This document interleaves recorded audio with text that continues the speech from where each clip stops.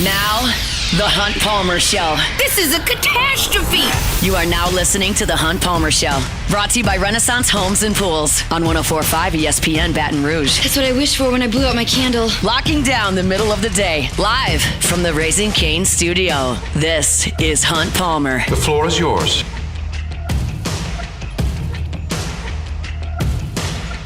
Welcome in! Hunt Palmer coming to you from the Raising Cane studio downtown in the capital city on this Wednesday. It means we're brought to you by Renaissance Homes and Pools. About half the work week in the rearview mirror. Hope you're doing well. Got Jordan Kitchens, Cassie Spazzali back there on the ones and twos, and we have a lot to get to. The draft is tomorrow. I've got my prediction on who the Saints will select. Not my preferred pick. I gave you that yesterday. My preferred rankings were yesterday. I've got my prediction on who the Saints will select coming up in 15 minutes. It's What If Wednesday. Always welcome your input there on Twitter or on in the Bayou Ford chat as well. Koki Riley's here in an hour talking baseball. Got some sound from Lane Kiffin talking about his comfortability here in Baton Rouge now. SEC Baseball Power Rankings. Woof. Coming up at 2:30, but we'll also always get to it. So let's crank things up the way we do every day with our opening drive. Welcome to the big league. It's time for Hunt's Opening Drive. Presented by Fabry Chevrolet GMC in St. Francisville. We'll start with LSU and UNO last night. Not exactly a landmark day for LSU baseball, but they did win the ball game 10-7. And the way that they won it was at least a little bit interesting. I don't know if encouraging is the exact word I would use, but interesting, because Jay Johnson sent the freshman out there. He sent Jack Ruckert out at second base. He sent Omar Cerna out in the lineup where he's been. He sent William Patrick out into right field where Jake Brown has vacated, and he let those guys go play. And what you saw was a significant contribution from those guys in the starting lineup and Mason Braun later on in the game. William Patrick got the scoring going in the third inning with the backside RBI double, snuck it inside the bag at first base, which was a really good swing. And then LSU erupted for 5 runs in the 7th inning, and the freshmen were right there in the middle of 7 runs in the 5th inning, and the freshmen were all over the place in that inning.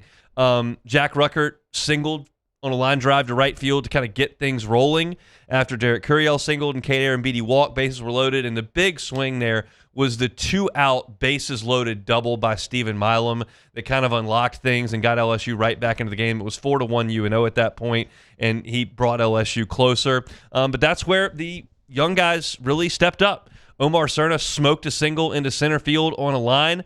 He moved to second on a wild pitch. Zach York drew a walk. They pinch hit Mason Braun, and he floated a single into left field. He didn't crush it, but he got a ball down into left field, and that's a guy who was 1 for his last 16. So he will take a pinch hit no matter how it comes, and it came on a line drive into left, which was a really good thing to see. William Patrick was hit by a pitch, and then Jack Ruckert came up with the bases loaded and did a great job of singling through the right side. It wasn't hit great. It was a ground ball that had some topspin on it, but it got through. So in that inning, you had significant contributions from Patrick. You had significant contributions from Ruckert, significant contribution from Cerna, and Braun. And that was really good to see those guys come through. I wouldn't suggest that anybody banged it off the wall. Most of it wasn't electrically loud contact. I thought that Cerna smoked his up the middle.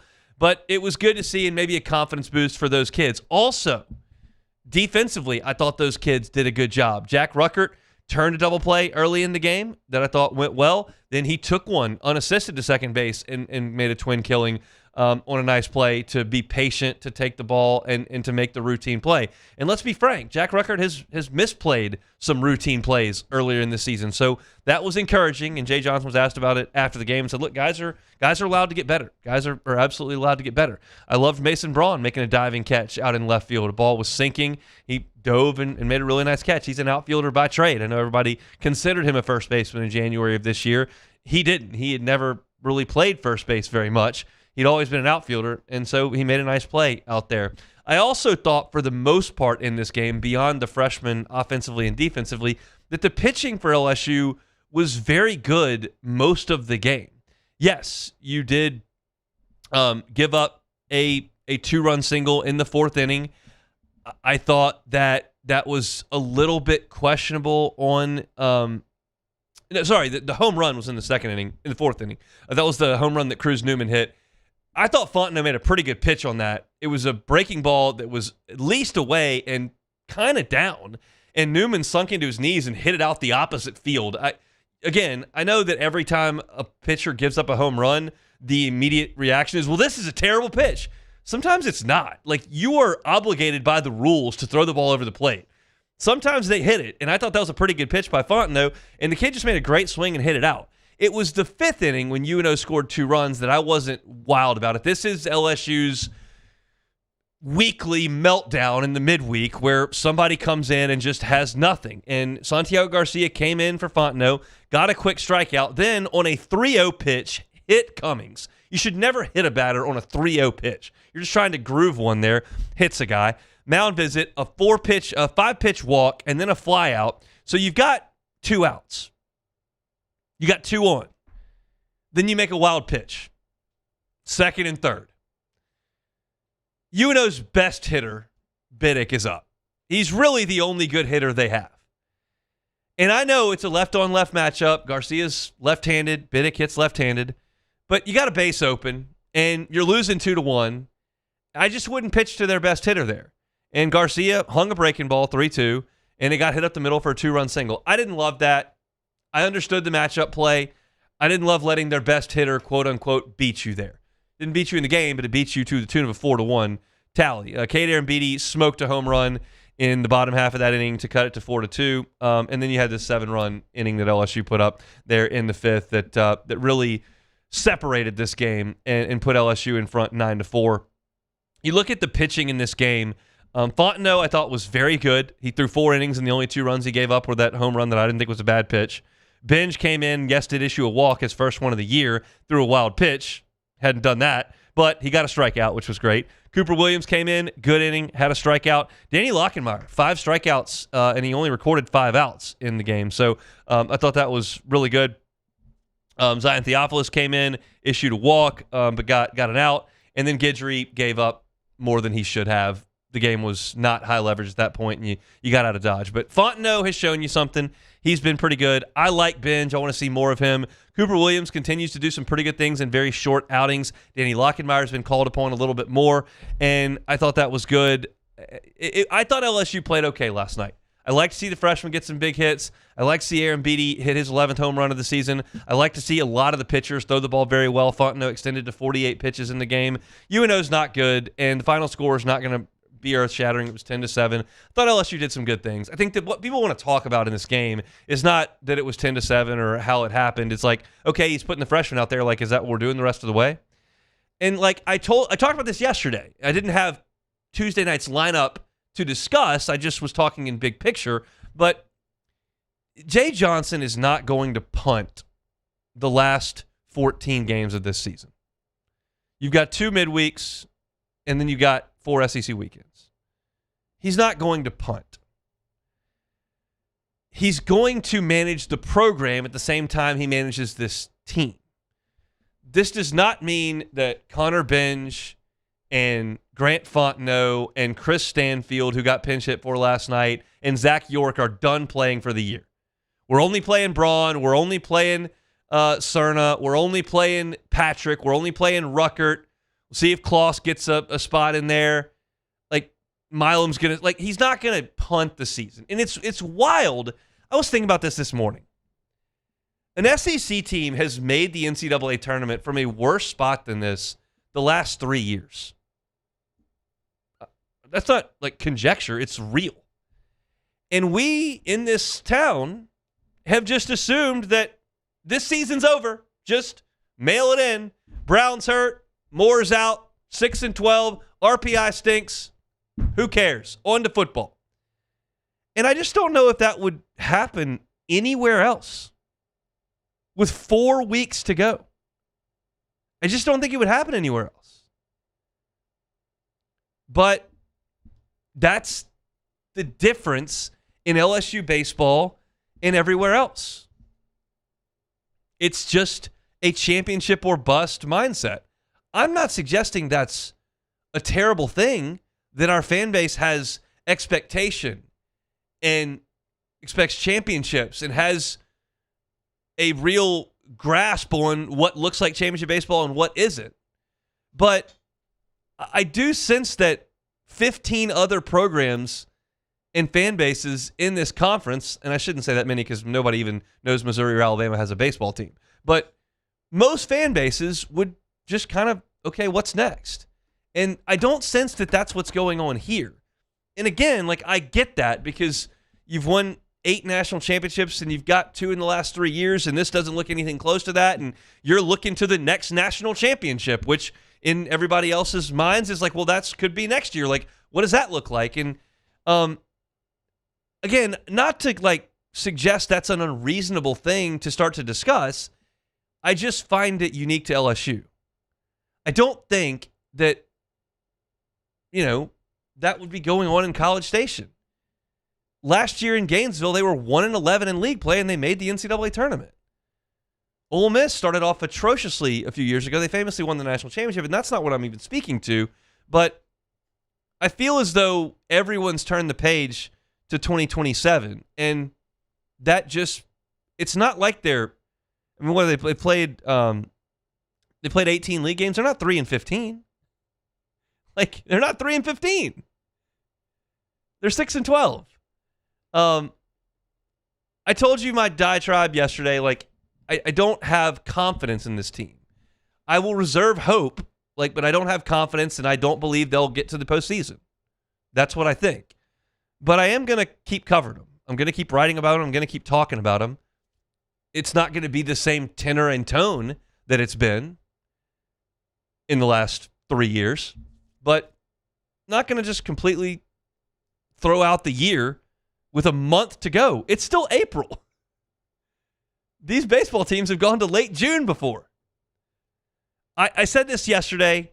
It's disappointing that this academic year has cut things off from an expectation standpoint midway through or early in October in football.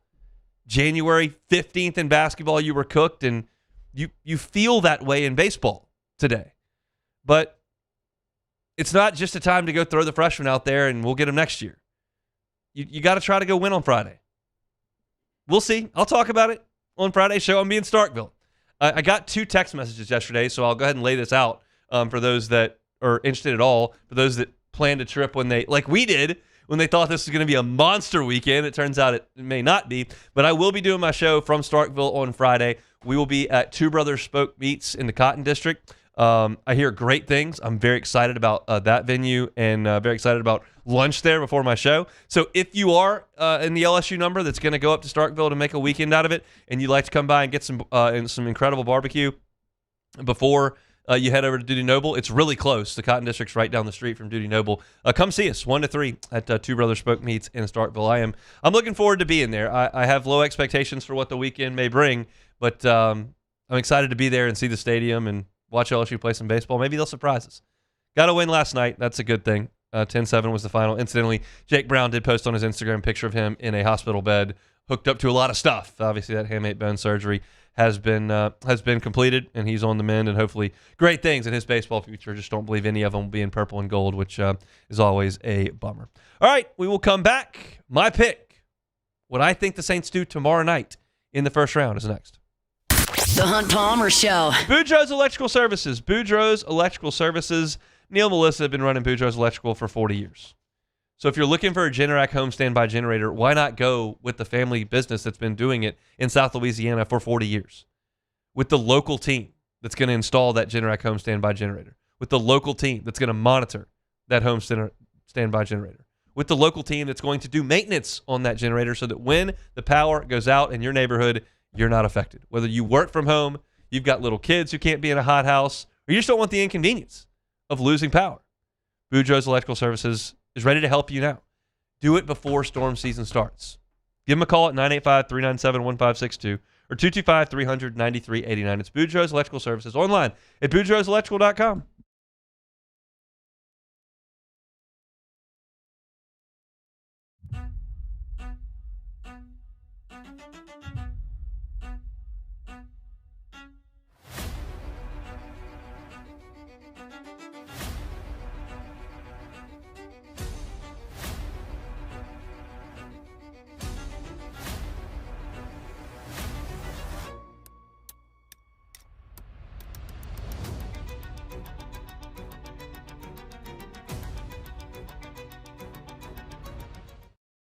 Hey, Chrysler Dodge Jeep Ram has the new 25 Jeep Grand Cherokee with $15,000 off MSRP. Plus the 7-year powertrain warranty that comes with all new Bayou vehicles. If you need sales or service, the crew at Bayou Automotive is going to do right by you.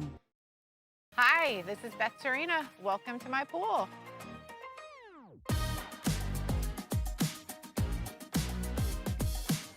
The first time I saw this beautiful pool, it exceeded every expectation that I had. They were able to get everything we wanted in this pool. It is a beautiful pool. We live out here, we eat out here, we watch TV out here. This is like our living room outside. We love this pool and everything about it. When we decided to build our pool, we called a great friend who is one of the best pool builders in the country in North Louisiana, and we said, who would you choose to build a pool in Baton Rouge?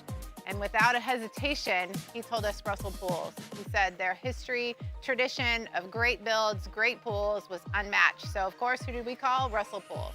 The advice I would give to anyone looking to build a pool is first call Russell Pools. They'll do an incredible job. It'll be incredibly organized. It'll be time efficient, and you will have your pool in no time.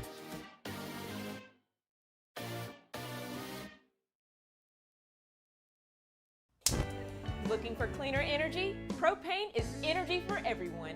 And when you're cooking with clean, affordable propane, you're cooking with gas. In the wintertime, nothing heats a home like Louisiana propane. And when you need hot water, propane's got you covered. Oh, and you won't regret that propane generator when the power goes out. I'm Miss Louisiana, Gabrielle McLeod, and to find more information and to find a propane dealer near you, visit louisianapropane.com.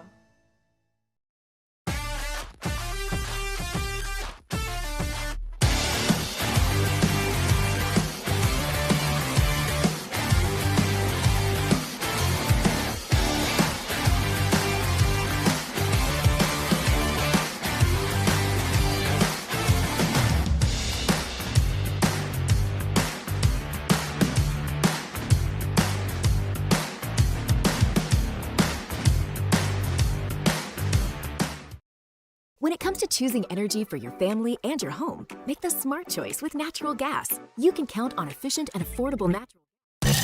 You're listening to The Hunt Palmer Show, brought to you by Renaissance Homes and Pools.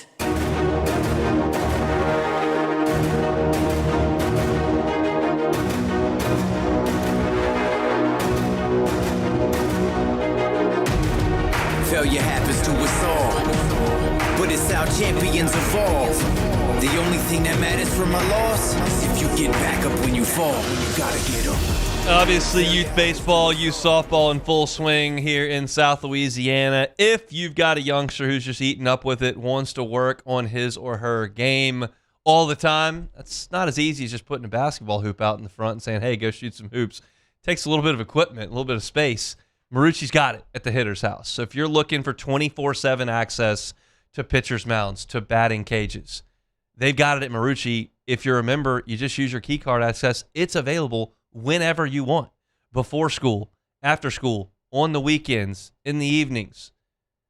The Hitter's House is available to you over at Marucci. I've been telling you for months to go take a tour, and obviously would love you to do that, but there's more than just taking tours at Marucci. It's not just making bats.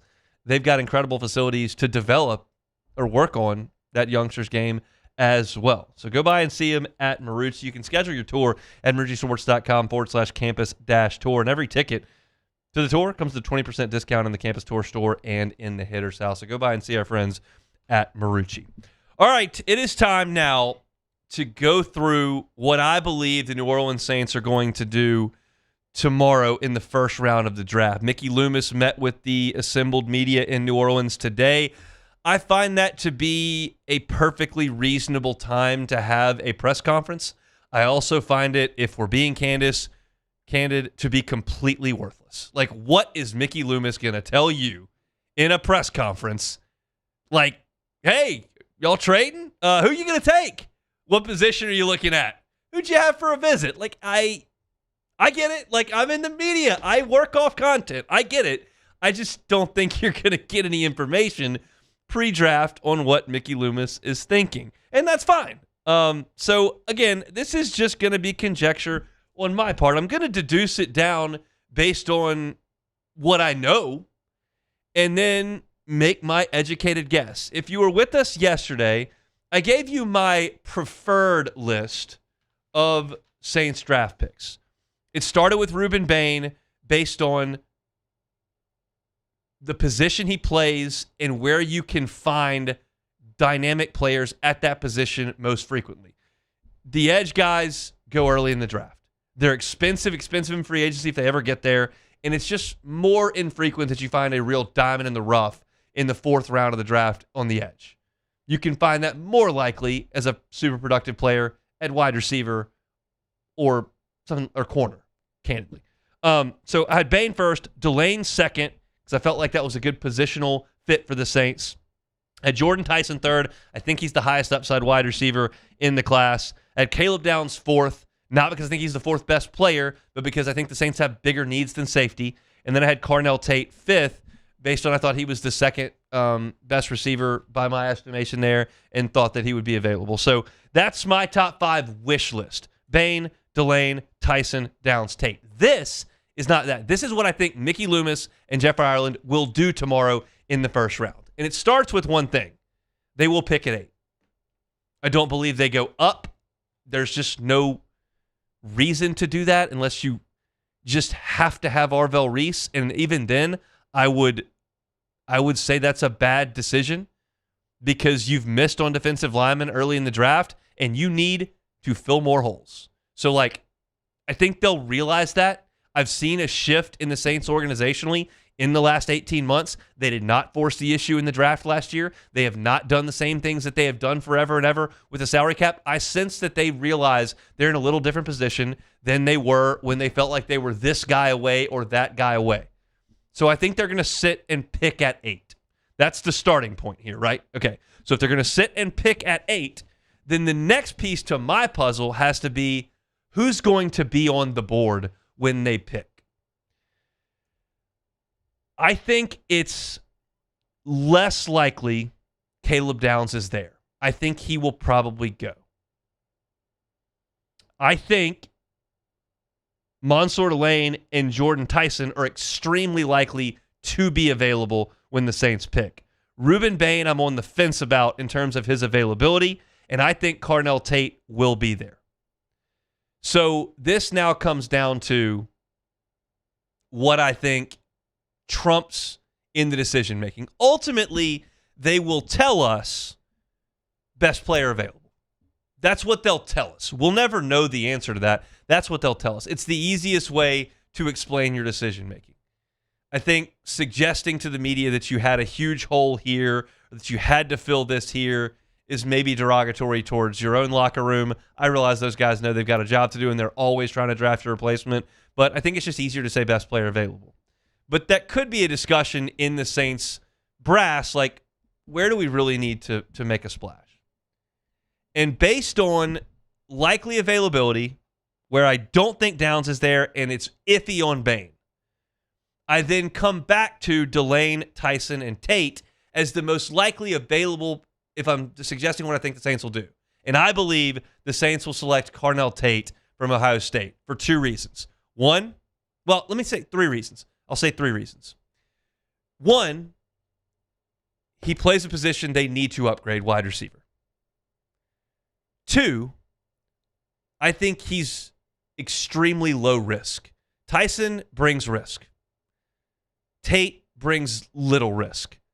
If you're going to talk about risk with Carnell Tate, you're going to suggest he wasn't the best wide receiver on his college team. And I just don't care that much about it. I understand the thought. You've never had defenses focused on you. You've never had to always go against the number 1 corner. I get all that. I'm just not going to penalize Carnell Tate for Jeremiah Smith being on his team. Can you play the position of wide receiver or can you not?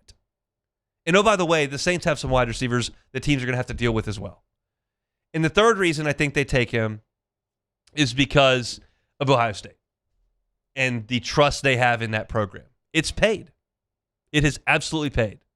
Chris Olave has been good. Michael Thomas has been good. They've drafted Lattimore. They've done a great job in the secondary. Like, they have consistently gone to Ohio State and have had guys that have produced. So when you look at position of need, you look at risk, and you look at where he played and the fact that he's going to be there by just about every mock draft, this is, to me, the most likely scenario. I laid it out for you. He's 5th on my desires list, but as we said yesterday, I don't have a big problem with it. I think he is big. I think he runs great routes. I think he has had some big plays at Ohio State. I think he catches the ball well. Do I think he's Jackson Smith and Jigba? I don't. Do I think that he is going to be an all-pro in year 2? I don't. Do I think he can really help the Saints at a position they need some help in and help to put guys where they are probably more positioned in the NFL? Like, Devon Vele's probably not a 2 in the NFL. 3? 4? Yeah. We'll see what Jalen Polk is. But 3 or 4. Chris Olave can be a 1 or 2. He's shown that he's a 1,000-yard guy. And then you plug in Carnell Tate on the opposite side, and he's a 1 or 2, no matter, depending on what it is. And that just makes folks play to a position more comfortable to them. And I would be just fine with this pick. We'll see what the board looks like, and we will more in-depth analyze exactly the decision that they made once we know what's on the board.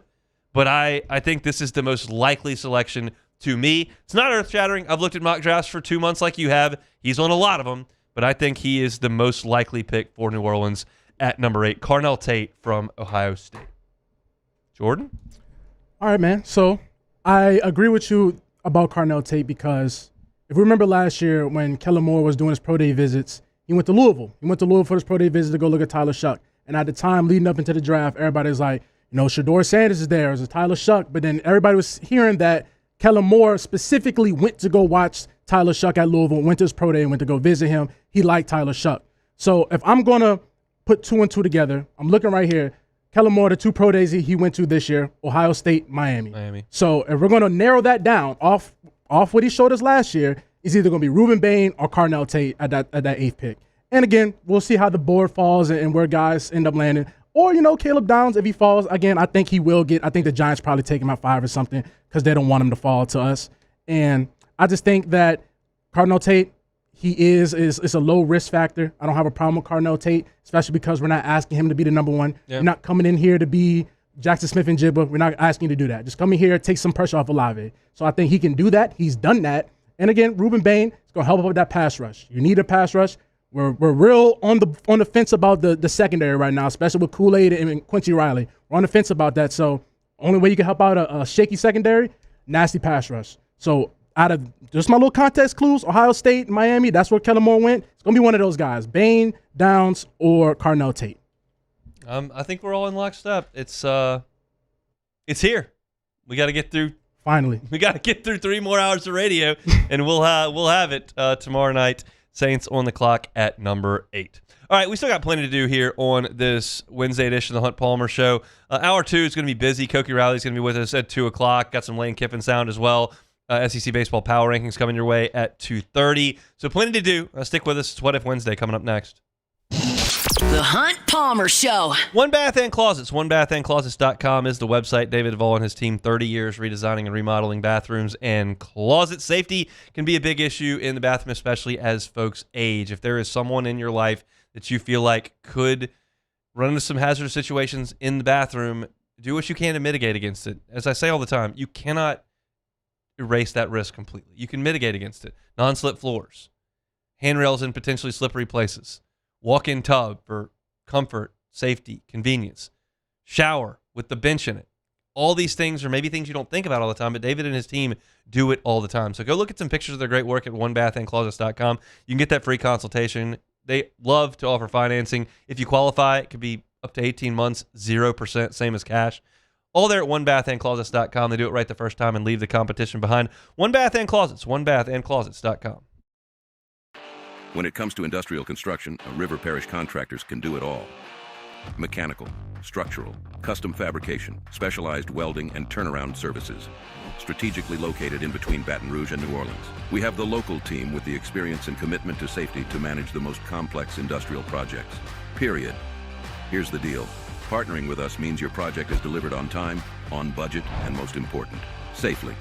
River Parish Contractors, let's get building. Bayou Ford has the new 25 Ford F-150 Lariat truck with $12,000 off MSRP. Plus the 7-year powertrain warranty that comes with all new Bayou automotive vehicles. If you need sales or service, the crew at Bayou Ford is going to do right by you. Looking for cleaner energy? Propane is energy for everyone. Propane water heaters are very cost efficient, and the savings are even greater with a tankless propane water heater. We all know that Louisiana propane is a safe and environmentally friendly fuel. So why not go green while you save some green? I'm Miss Louisiana, Gabrielle McLeod, and for more information, visit louisianapropane.com.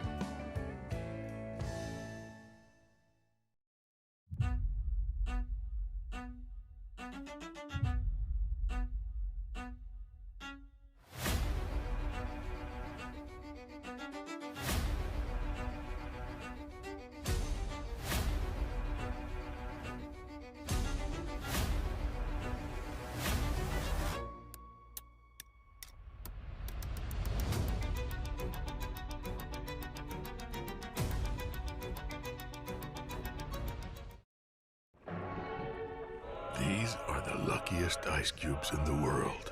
They could have been a thankless bed for an all-you-can-eat salad bar. But instead, they've been called upon to cradle and cool a crisp, refreshing Dos Equis. Looks like the lucky just got luckier. Dos Equis. My father, J.B. Falgu, had a vision of growth for First American Bank and the communities we serve. The bank's foundation was built on his legacy of compassion, loyalty, and dedication. Through his years of leadership, First American has prospered to heights even J.B. could not have imagined. I know my father would be extremely proud of the customer service and financial stability that First American provides to Southeast Louisiana. We continue to thrive because of the legacy of J.B. Falgu. Investing in a new roof doesn't have to be overwhelming. At Pelican Roofing, we offer 0 interest for 21 months because everyone deserves a safe, secure home. Trusted, local. This is the Hunt Palmer Show, brought to you by Renaissance Homes and Pools.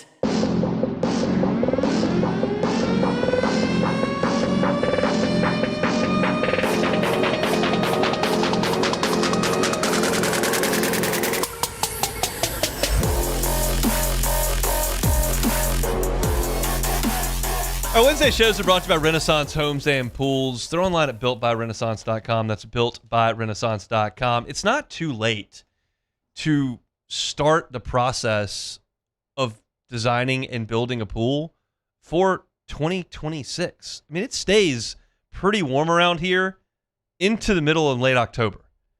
So if you feel like now might be a good time for you to dive in and get that pool started, go to builtbyrenaissance.com. Or better yet, text my guy Joey Blanchard. He's the owner. He runs the show. He's with you start to finish at Renaissance Homes and Pools. When you have that consultation, Joey is there. When you have that design meeting, Joey is there. When they dig your pool, fill your pool, Joey is there. When they finish your pool, Joey is there. He's been here for dozens and dozens of folks around the Baton Rouge area getting that pool of your dreams. So text Joey, 225-252-7745. That's 225-252-7745. You're texting the owner of the company, say, hey, I'd like to talk about a pool. He can do it. He also does outdoor kitchens. And if you're looking for your forever home, you want to build your forever home, Joey can help you with that as well. Renaissance Homes and Pools. They're online at builtbyrenaissance.com. That's builtbyrenaissance.com. All right. What if Wednesday? Time, space, reality. It's more than a linear path, where a single choice can branch out into infinite realities. Follow me and ponder the question, what if? All right, so what if LSU wins one natty in the upcoming year? Which sport would you want it to be, and which one has the best chance realistically? Okay. That is it's a great question because I'll tell you before I give you my answer. Okay. Football means the most. Yes, sir. It's the money driver in a money sport. It consumes this entire state in this town. It's the biggest deal. And if you hit on year one with Lane Kiffin with a national championship, you're going to set this place on fire. No one has ever seen LSU win a basketball national championship on the men's side. Never seen it. Never. That's the only one left on my bucket list. That's the only star I haven't gotten to. It's your white Got whale. everything else. And then baseball's my baby. And if LSU wins the national championship next year in baseball, I'll get to spend 2 weeks in Omaha, and I love spending 2 weeks in Omaha, and it rocks, and I love it. Okay. So there's a great reason to put all these together. Now, you're asking me, what if they could only win one, and I would get to pick? And I'll tell you what I pick. What do you think I would pick? That's the bet. What do you think I would pick? Okay, I want you to pick football. Just off the Ole Miss angle, we can just clown them. Okay. But deep down inside, once you want that basketball, we've never seen it before. I know exactly that's where you're heading. It's basketball. I know. I've never. LSU played in the Final Four one time, and I turned it off in the middle of the second half. So what year was that? 2006. I was a senior in high school. Unfortunately, I saw they. So in the second round, they hit the crazy shot against Texas A&M to Gerald Mitchell hit it, and I was watching that, and it was incredible. And then they played Duke. And I was in a high school baseball tournament with J.J. Redick, and it was like a Shane really Battier, good team. maybe? No, it was J.J. Redick and Josh McRoberts and that crew. Okay. And they were awesome. And I think Sheldon Williams was on that team. And I was playing high school baseball, and they played Texas and beat them to go to the Final Four, and I was playing baseball. I had a tournament that weekend, so I didn't get to really watch that. So I watched them play UCLA, and they just got annihilated by Luke Mbamute and Aaron Aflalo and that crew. That's a name, boy. And Clippers. so that was rough, and I had to turn it off midway through the second half because I couldn't score any points. So that's the one. Like, there's a reasonable possibility LSU will win another national championship in my football watching days. There's an almost certainty the baseball team will do it again. Easily. Basketball may never happen for me. It's just possible. It may never happen. It might. They might get a coach and win 4. But they might not win any. Florida snapped their fingers, got 2 with Billy Donovan, snapped their fingers, got 1 with Todd Golden. It can happen, but it may not. So that's the one. If you're asking me, that's the one I would take. Who has the best chance realistically in this coming calendar year? It's baseball. Really? Baseball. Yeah. So we're just. I know it's hard to win. Football is hard to win year one, and then you need more continuity with football. So I get it. Baseball, you still got Jay Johnson. We don't even know if this is going to even work with Lane Kiffin. We've seen Jay Johnson do it twice. So yeah, you're right. Best chance. So what if LSU beats State this weekend? Change the math. I mean, you're 6-12. You beat them 2 out of 3. That puts you at 8-13. And you got 9 games left to go, and you need 5 or 6 of them. 5-4 in 9 games with South Carolina still on the schedule, which you could get 3 on. Like, changes the math. I don't think anybody's picking LSU to beat State, but if the question is, what if you beat them, it would breathe some life into you on Sunday evening. Okay. I want to know this. So let's say we're going into Sunday. It's tied up 1-1 right now. How are you feeling Sunday morning? 1-1. Depends on how the pitching's gone and how they've swung the bats. Not great. Okay. I was in the press box on Saturday, and somebody in the media asked, like, how do you feel about it today? And I said, I'll be honest, I don't feel good about this team playing anybody outside of South Carolina the rest of the way. Like, I've seen too much. I've seen too much of the defense. I've seen too much starting pitching. I've seen too much of the offense. I've seen too much of the ineptitude. I've seen too much to feel really good about it. But in baseball, teams get hot. Yeah. It happens. I, again, don't feel like LSU's going to do that, but I always leave the door partially cracked. Just a little bit. So what if you play with Scotty Scheffler in the Zurich, but you got to play from the very front tee boxes? So I got to play from the front? Play from the front. We would be, I'll tell you this, in a PGA Tour event, we would be very good in the best ball portion of that because I get Scotty's score on every hole no matter what. So he's going to shoot 67 falling out of bed. Then if I just get to play from the all the way front tee box, I figure I might make a birdie. Like, I'm playing from way up there. I might not. But I can take Scotty's shot anyway. We're not going to make the cut because an alternate shot, I would be a disaster for Scotty. It would just be atrocious. But in the best ball portion, I think we could shoot 8 or 9 under. Like, if Scotty shoots 6 under, I can make 3 birdies from the all the way up tees at TBC, Louisiana. I've played it 50 times. It's theoretically possible. I'm not going to bet on it. I don't think Scotty's going to have me out there. And the best I can tell, The PGA Tour has not offered me a tour card to this point, so I'm ineligible to play. Hey, speaking to existence. But we'd be good because I just get to. I could hit every shot terrible, and we could just count all Scotty's shots. That would be bad in the tournament, but it would be a decent score. Yeah, you're living a good life right there at that point. So, what if the Saints take a running back in the middle rounds? Oh, Lord, I don't like this. That's a wasted pick. You can't.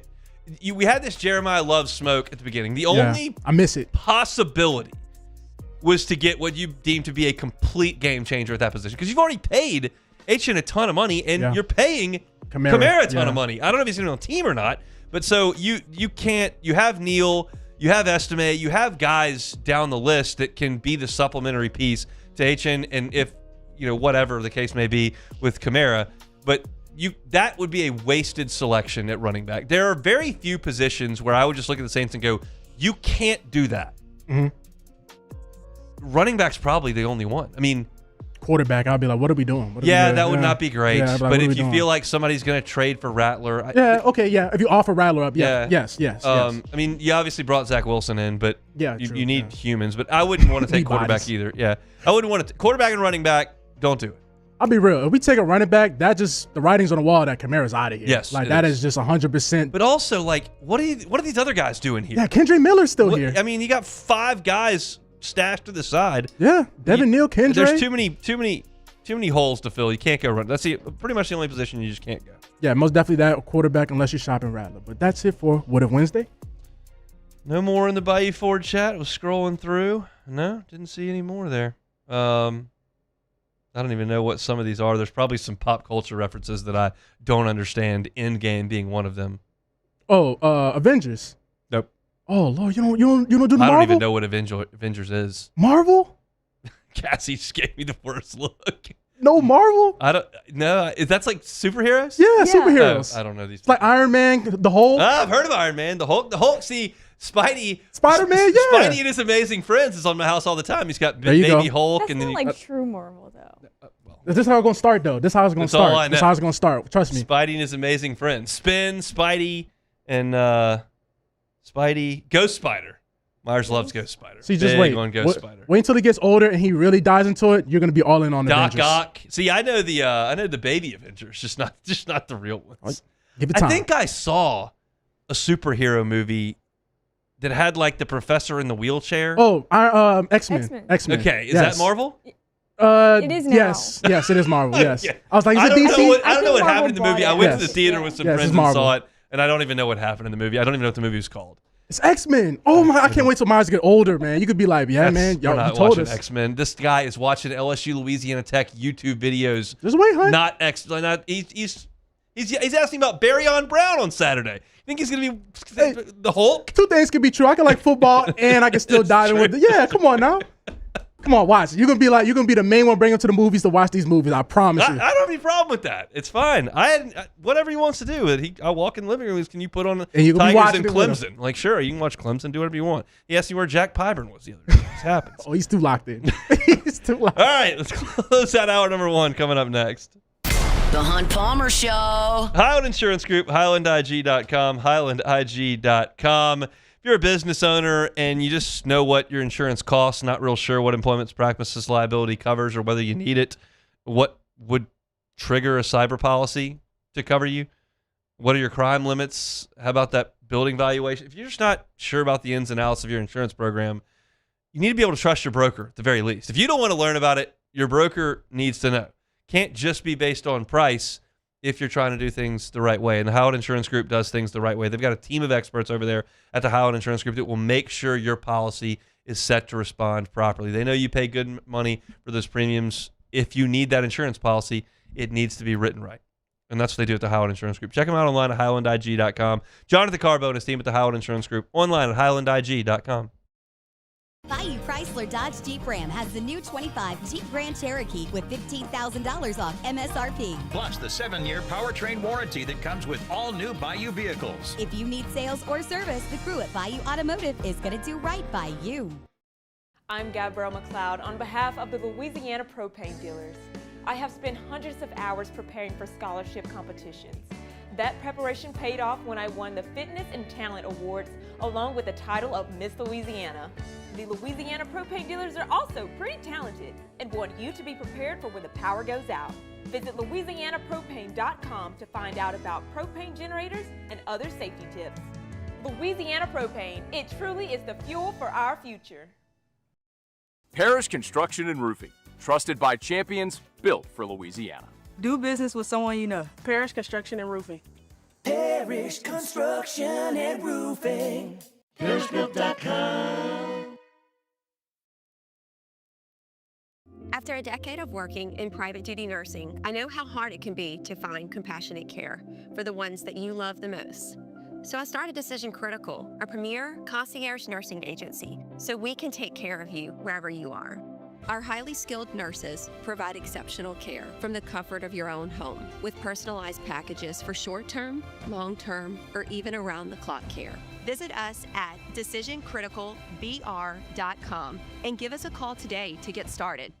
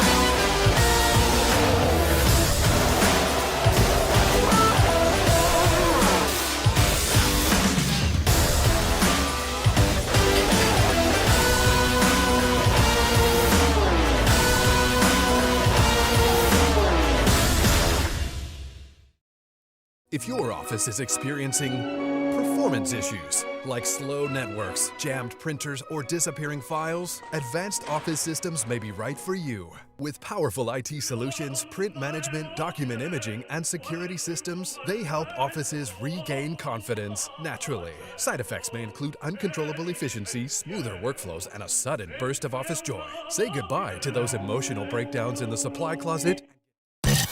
You're listening to The Hunt Palmer Show, brought to you by Renaissance Homes and Pools.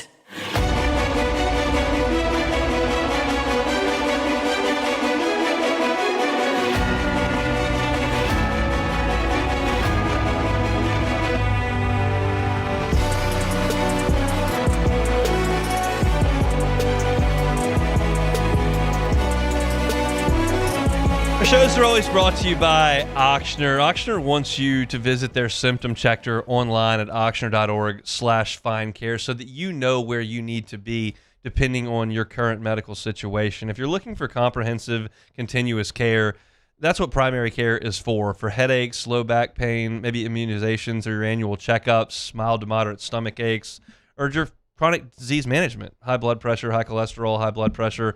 All that is falling under the primary care umbrella, and virtual visits are available. You can schedule your appointments at www.auctioner.org/brprimary. If you need immediate attention, that's when you need to go to urgent care. Common illnesses, and then, of course, minor injuries as well. Lacerations, abscesses, urinary pain, minor burns, rashes, skin irritations, non-life-threatening allergic reactions.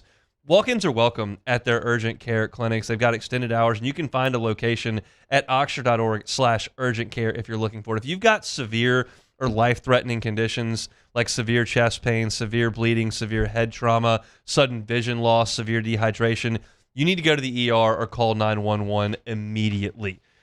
That's for the emergency room, obviously. So My Auctioner virtual visits are 24/7 care options. You can schedule those online through My Auctioner. Also, Auctioner on call, 1-800-231-5257. That's 1-800-231-5257 for our friends at Auctioner. I saw a quote just now from Mickey Loomis's press conference where I credit the New Orleans media for asking pertinent questions. There's nothing wrong with this at all. Like, I'm not criticizing anybody here, to be very clear. But Loomis was asked about arm length concerns and outliers in this draft class. And Loomis said, how the guy plays always overrides everything. If someone has some traits that don't match what plays in the NFL, then we better have some other things that tell us he can overcome that. Like, that's just very clearly a question about Ruben Bain. Yeah. And it's just, he's not going to answer anything about Ruben Bain. It's not the media's fault, and it's certainly not Mickey Loomis's fault, and I appreciate the Saints for having him in front of the cameras, but this is one of those situations where even as a member of the media, I can sit here and be like, this is a worthless 25 minutes of media access. Like we talked about Monday, Jay Johnson's answer on Friday night after LSU lost to Texas A&M, and he was like, he laid out significant internal issues in the program. That is a story. Like I told you, I got home, I put it to paper, like, this has got to go out. This is the opposite. This is like, okay, he's here. They will, draft some players over the next 3 days. Is he going to tell us who they're taking? No. Is he going to tell us where they're leaning? No. If we ask a question about specific attributes for a certain player, is he going to get on one side of the fence or the other? No. There's just nothing there. Yeah, no. It's definitely a nothing burger with nothing on the side. I mean, what they would expect Mickey to come over there and be like, yeah, if you ask about Ruben Bain, yeah. We actually have different measurements for his arms. Matter of fact, though, we like him real lot. We're thinking about picking him, matter of fact. Like, come on, guys. We already know Mickey ain't going to say nothing. But again, you can't – these guys are going to do their job. They got to ask the questions. But I don't know. Maybe Here's a great answer from the press conference as well. They were asking about whether or not Brandon Staley's defense makes the slot corner a premium position. Okay. So, again, do we need to take Delane? Do we need to do something with Jermod McCoy? He says, you have to pay attention to the schemes you're running and what your coaching staff values in terms of what they're trying to get accomplished. So, yeah, it has some impact. See, we have to take into account what our coaches want from their players when we draft players for our coaches. Hunt, if you'd have told me that was AI, I would have believed you. Like, that is the most AI answer you could have given. God. I wouldn't be surprised if he put that in a prompt and just said that, read it off his phone. There's no way. There's one more that was it's a relevant question. Okay. They asked about what you're going to do in the draft and how that could impact Alvin Kamara and Cam Jordan. True. And he said what they could do could impact Alvin Kamara and Cam Jordan and whether or not Cam wants to be with the Saints. That's a good answer. So, yeah, I mean, okay. If you want to talk about players who are actually on the team, you might get an answer. Yes. Players who are not on the team, not going to get an answer. Just not going to happen. I'm thinking, though, Hunt, that quote right there, especially we just talked about, will the Saints draft a running back in the middle rounds? That answer right there is a little, it's a little fishy right there, isn't it? Yeah, I mean, look, I put that in there for a specific reason. Like, okay. I felt it to be the only position that was off limits. And even if Kamara goes, like, you have a Pro Bowl caliber running back. Easily, yes. And you have functional NFL backups, one of whom you invested a reasonably high draft pick in. Yeah. In Miller. So, like, you have enough guys. You can sign a UDFA running back that can potentially make the team. Estimate, literally. So, I got to take offensive linemen with the third and fourth round pick. I got to take an edge rusher. I got to take a guy that could be a corner, not running back. The gap between game changer, which what you think Jeremiah Love is, and what you're going to get in the third round, that's night and day. It just can't do it. That's the one spot you and so I'm in a position where it's going to be very, very difficult for me to look at the Saints draft picks and go, this is stupid. 100%. But running back would fall into that category to me. Now look, full transparency, and I can't remember. Tell me, you may remember this better than me. Okay. When they drafted Kamara, yes, they definitely had Ingram, and I think they had signed Adrian Peterson. Adrian Peterson was on the team. Right. They cut him in the preseason. I thought that pick sucked. Yeah. And I'm an idiot. So full disclosure, I could have not said that out loud.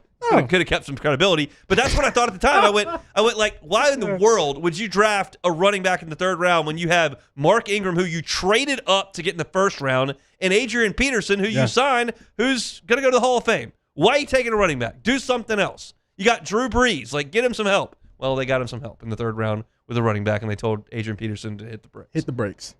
whatever. It's a draft. It is the ultimate crapshoot, and it's why I do oftentimes get a chuckle out of folks that are so demonstrative about this is so awesome or this is so not, because, well, we just don't really know. But we'll know who the Saints are picking coming up later on tomorrow evening. Hour 1 is in the books for us. You missed it. You can catch it on demand. We opened up with LSU and UNO baseball. I gave you my projection for the Saints first-round draft pick, who I think they will take.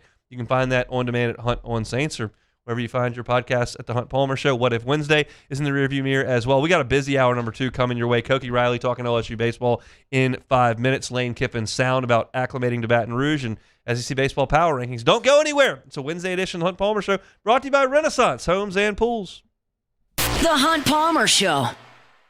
Gotro's Outdoor Power. Gotro's Outdoor Power, 2 locations. Airline Highway in Baton Rouge and, of course, in Gonzales as well. Gotro family's been running the show there for 22 years, and what they have built is a special, special spot. They're the National Hustler Dealer of the Year 2 of the last 3 years. They've got the largest parts inventory in the state of Louisiana by far. If you need a new zero-turn mower, you can buy it from the big box stores. What's your customer service level going to look like? At Gotro's Outdoor Power, it's going to be awesome. If you have a trailer, great. If you don't and need that thing delivered to your home, they can do it. You need parts, they got them.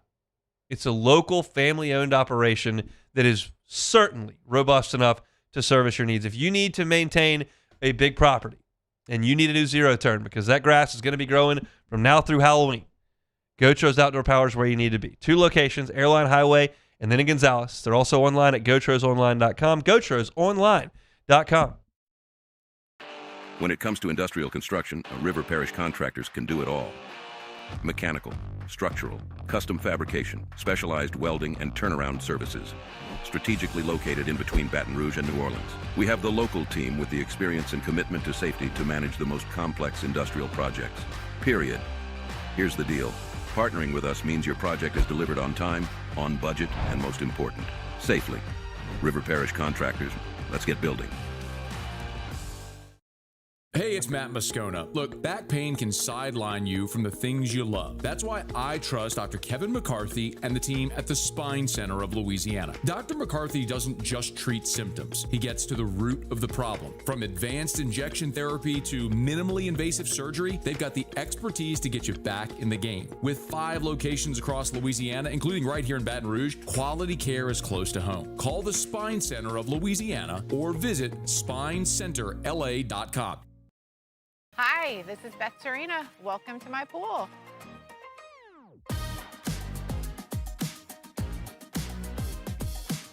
The first time I saw this beautiful pool, it exceeded every expectation that I had. They were able to get everything we wanted in this pool. It is a beautiful pool. We live out here, we eat out here, we watch TV out here. This is like our living room outside. We love this pool and everything about it. When we decided to build our pool, we called a great friend who is one of the best pool builders in the country in North Louisiana, and we said, who would you choose to build a pool in Baton Rouge? And without a hesitation, he told us Russell Pools. He said their history, tradition of great builds, great pools was unmatched. So of course, who did we call? Russell Pools. The advice I would give to anyone looking to build a pool is first call Russell Pools. They'll do an incredible job. It'll be incredibly organized. It'll be time efficient, and you will have your pool in no time.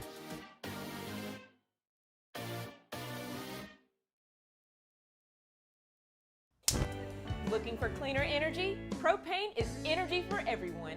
And when you're cooking with clean, affordable propane, you're cooking with gas. In the wintertime, nothing heats a home like Louisiana propane. And when you need hot water, propane's got you covered. Oh, and you won't regret that propane generator when the power goes out. I'm Miss Louisiana, Gabrielle McLeod, and to find more information and to find a propane dealer near you, visit louisianapropane.com.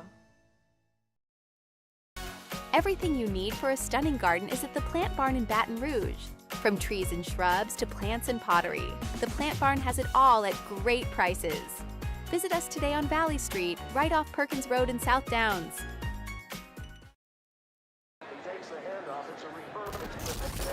When you can't rely on technology, you can rely on Mountain Cold Refreshment. Dave's back on. Coors Light. Choose chill.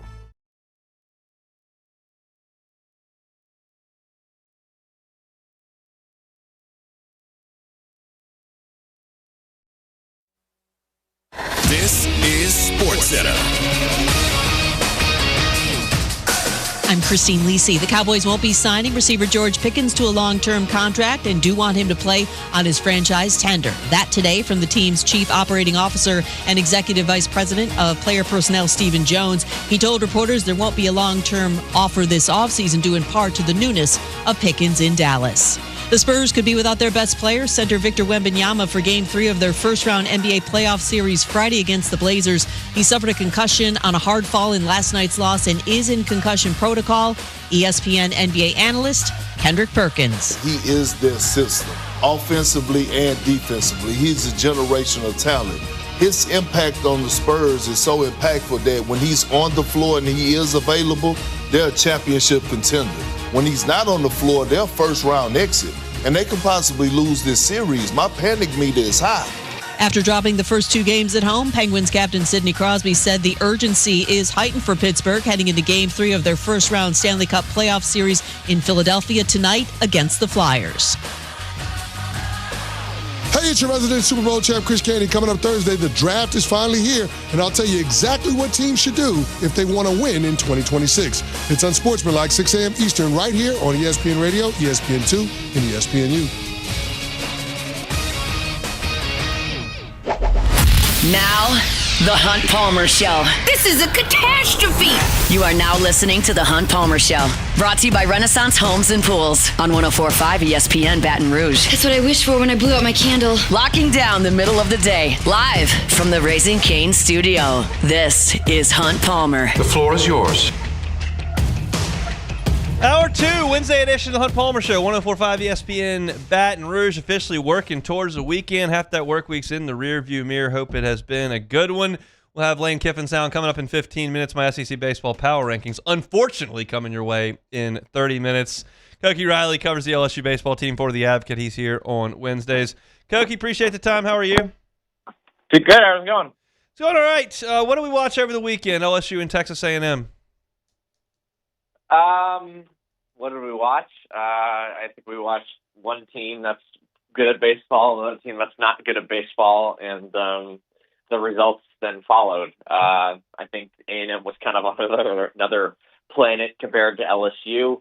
I think they kind of beat them like a drum for 2.5 games. The first half of Friday's game, I think, was pretty close, pretty even, and then it really spiraled after that. So, just not a lot, almost pretty much nothing good to take away from it, I'd say, as a weekend as a whole.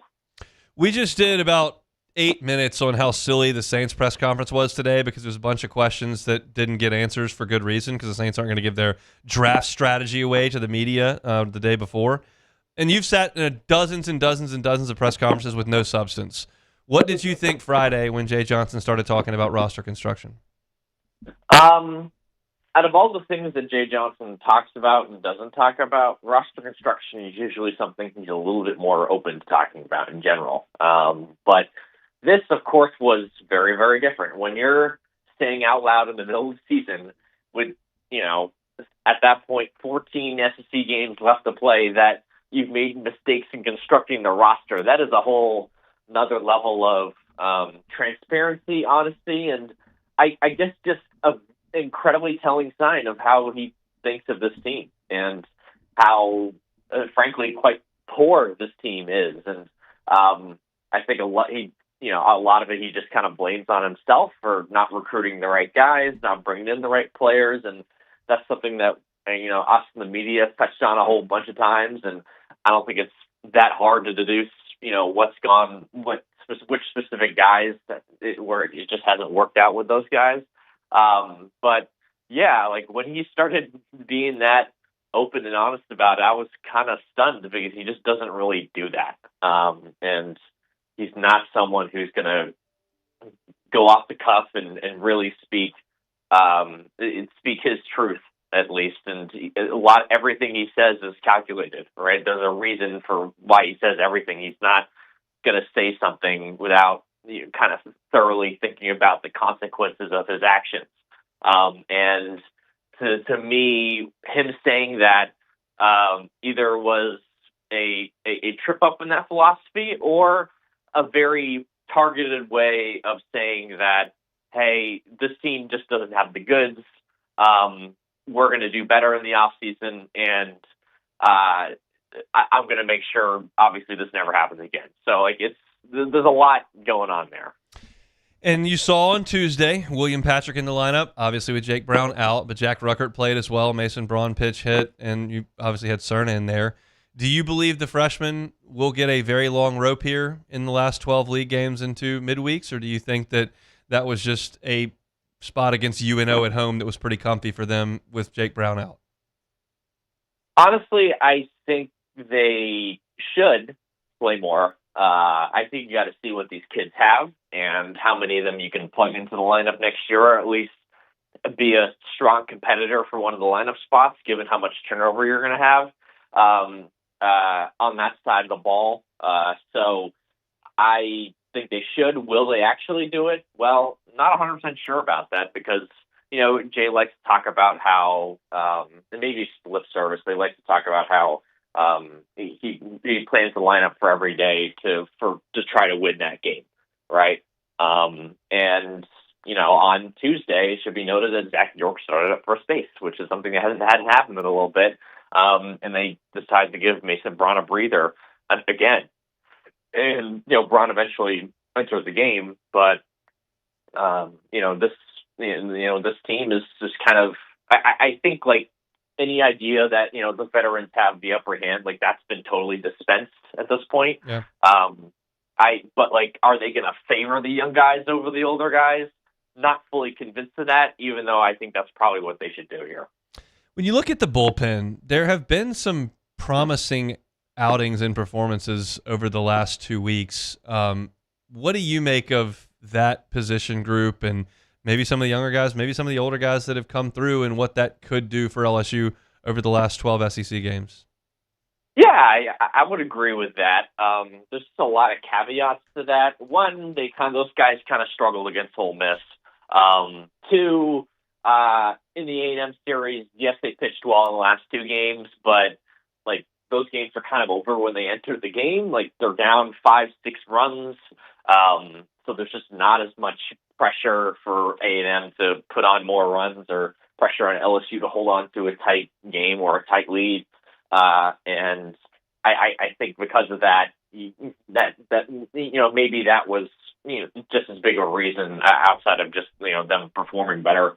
But the talent's there, the execution was there. They've thrown a lot more strikes lately, kind of quietly on whether it's the starters or the bullpen. I think in general they've been a little bit more consistent in throwing strikes. But the trade-off to that's kind of been guys getting hit, against Ole Miss, they're getting pushed around, starters and relievers, and then the starters really got pushed around against Texas A&M. So I don't know. I think there's a pathway for the bullpen to be pretty good this weekend against Mississippi State, which is a team that's been just kind of weirdly inconsistent for the entire season. But at the same time, I feel that's just kind of how I feel. Koki Riley is our guest with the Advocates. You mentioned the starters getting pushed around a little bit by A&M. A lot of the offseason discussion is going to center around Kason Evans and William Schmidt. Based on what you know today, it can change over the last 4 or 5 weeks. How do you feel about those two guys? I guess the last 4 or 5 weeks and then entering next year, their junior year on campus. I think those two guys should be in the starting rotation to begin next season, and I don't think there should be really much of a question about that. There's the rate in which they're striking out guys, the length that they've shown that they can provide, the improvement Schmidt's had with his control and even to a degree his command, and then with Evans and the flashes that we've seen from him this season. These are 2 true sophomores starting in the SEC. It's not going to be easy, and they've shown more than enough in terms of flashes of potential to stick on to them for next year and see what they can do as juniors. If they don't develop next season, then you got a lot of questions to ask about yourself when it comes to just your developmental pipeline and whatnot, right? And how you're coaching these guys, because both these guys clearly have all the talent in the world. They're both players who have the potential to make it to the major leagues. I think that's pretty clear if you look at the stuff, you look at the strikeout rate, you look at all these things, right? You talk to any scout, like to me, it's pretty obvious that these two guys are SEC caliber starters, at least when it comes to their talent. It's just a matter of consistency. It's a matter of control. It's a matter of all those sort of things, and just trying to find the right rhythm for those guys to not just pitch well for 3 or 4 innings, but to pitch well for 6 or 7, right? And that's kind of the thing that has that hurt both of them this season, where there are 3 or 4 inning stretches where they look just as good as any starter in the league. And then when you get to the order a second time or especially a third time, that's when things start to fall apart for them. And they've got to be able to find that consistency better. And if they do, then I think they're gonna, I think the results will look a lot better for this team. And I don't know. I may be more optimistic on those guys than most other people, but I don't know. Like LSU, a lot of their success the last few years in the rotation is because they've leaned on, juniors and older players, and this is the first year where they really leaned on 2 younger guys to pull through for them on weekends consistently. And there have definitely been plenty of ups and downs with that, and that's just kind of natural in my opinion. Last question here. 15 years ago, when I was covering this team day to day, we used to talk to the guys at practice. That was like the midweek session. You could just kind of talk to whoever you wanted to. Now they bring one at a time, and it's a 10-person setting, so it's not quite as personal a conversation. But I'm curious what your gauge is on the morale of this current roster, this team for this season moving forward. Yeah,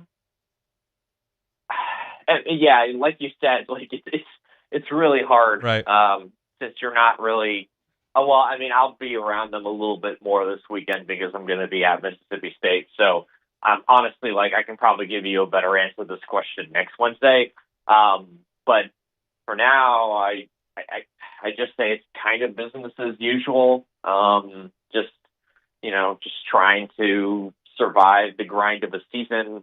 I think, injuries have really worn on this team. This team seems beat up by the year, not just mentally, but also physically. And, like the Seth Dardar injury, Caraway kind of being in and out, Simpson dealing with this hand thing.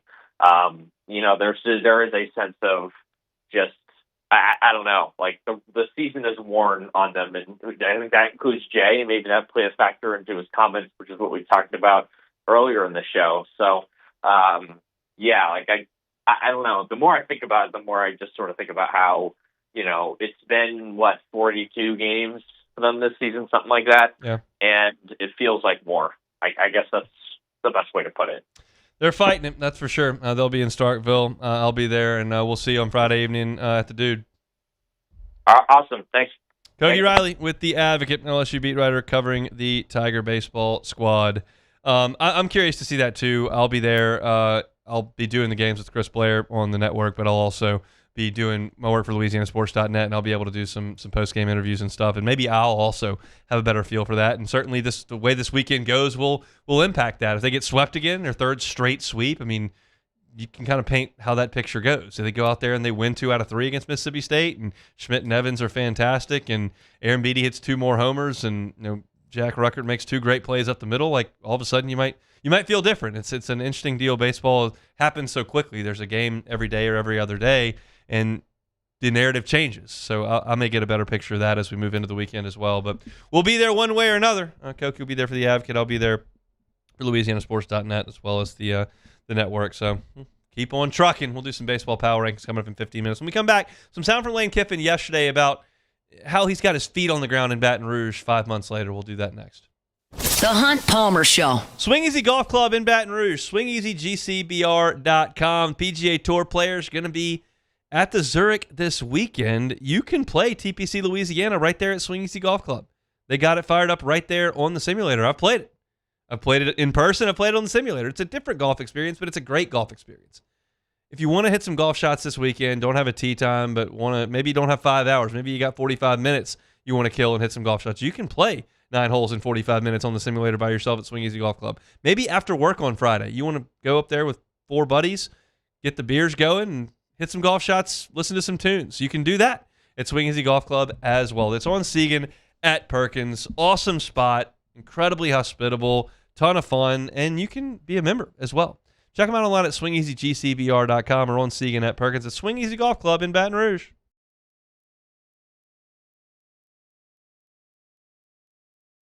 Investing in a new roof doesn't have to be overwhelming. At Pelican Roofing, we offer 0 interest for 21 months because everyone deserves a safe, secure home. Trusted, local, affordable. Pelican Roofing, making quality roofing affordable for South Louisiana families.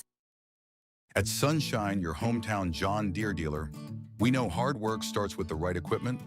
Right now, take advantage of the powerful 3025E tractor with loader for just $297 a month, with 0% financing for 72 months. Whether you're tackling land, property, or projects, this is the tractor built to get it done. Don't wait. This offer ends April 30th, 2026. Visit sunequip.com or stop by a Sunshine location today.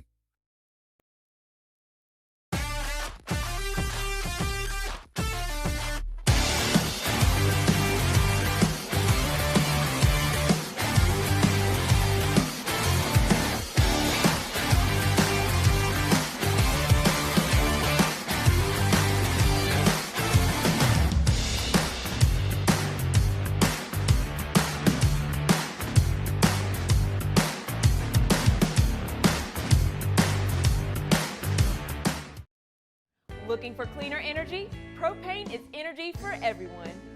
Propane water heaters are very cost efficient, and the savings are even greater with a tankless propane water heater. We all know that Louisiana propane is a safe and environmentally friendly fuel. So why not go green while you save some green? I'm Miss Louisiana, Gabrielle McLeod, and for more information, visit louisianapropane.com.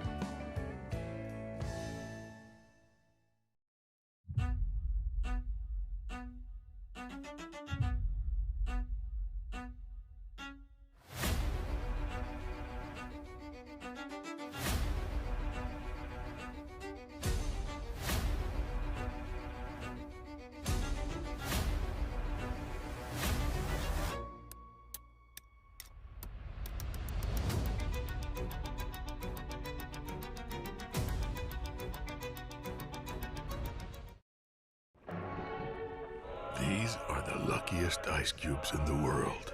They could have been a thankless bed for an all-you-can-eat salad bar. But instead, they've been called upon to cradle and cool a crisp, refreshing Dos Equis. Looks like the lucky just got luckier. Dos Equis. Gulf Coast Bank and Trust is giving our customers the power to bank anywhere, anytime during this. This is the Hunt Palmer Show, brought to you by Renaissance Homes and Pools.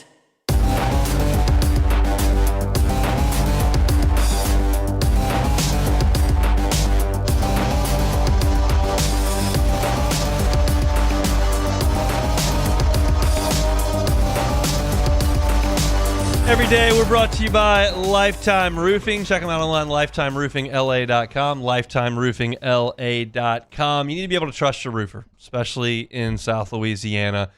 So often there is a weather event and roofers come in from everywhere trying to sign as many people up as they can to make as much money as they can and then hit the road. That's no good. Lifetime Roofing is the opposite of that. Lifetime Roofing is founded and owned by Baton Rouge area business people who take this part of the world very seriously. They're devoted to the community here in Baton Rouge.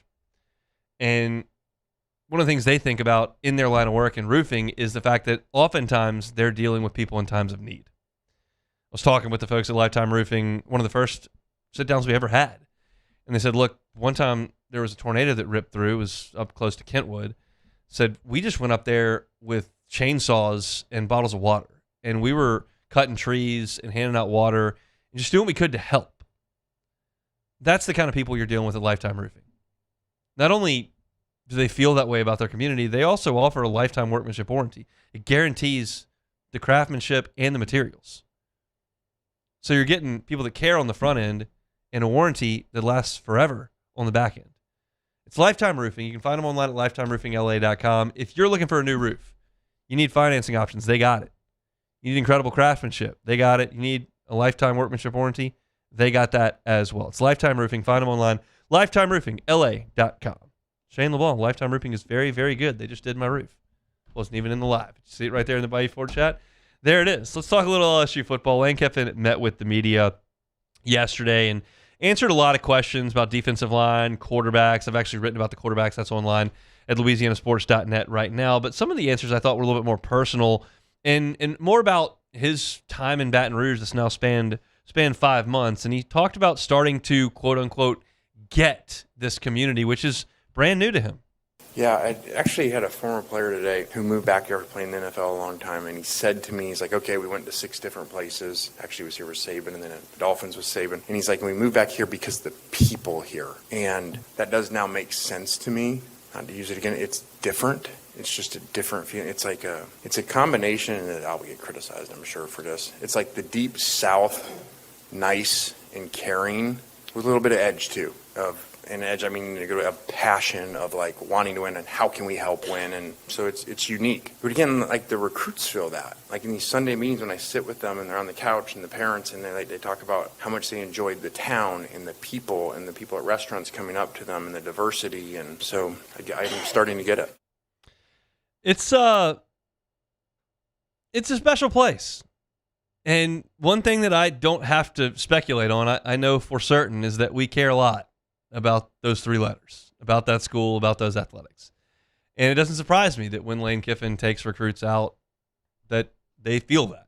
There's no question about it. But it's something that Lane Kiffin didn't know when he got here. It's something you got to kind of learn. He's been all over the country, quite literally, from Oakland, L.A., Boca Raton, Tuscaloosa, Oxford, Knoxville, school at Fresno State. Like, he's been all over the place. And he's never been to Baton Rouge. And he's starting to get a sense for what the community ticks like. And part of that is in recruiting. And the first time he had to recruit, he had like 48 hours before that high school class was going to sign. And you remember like Lamar Brown showed up and Richard Anderson showed up and he's talking with Carr's coach. And like, it was just like things are happening very, very quickly. Well, now they're into the summer period of some high school recruiting, late spring, as it were. And he's speaking about recruiting now as opposed to when he'd been on the job for 10 minutes.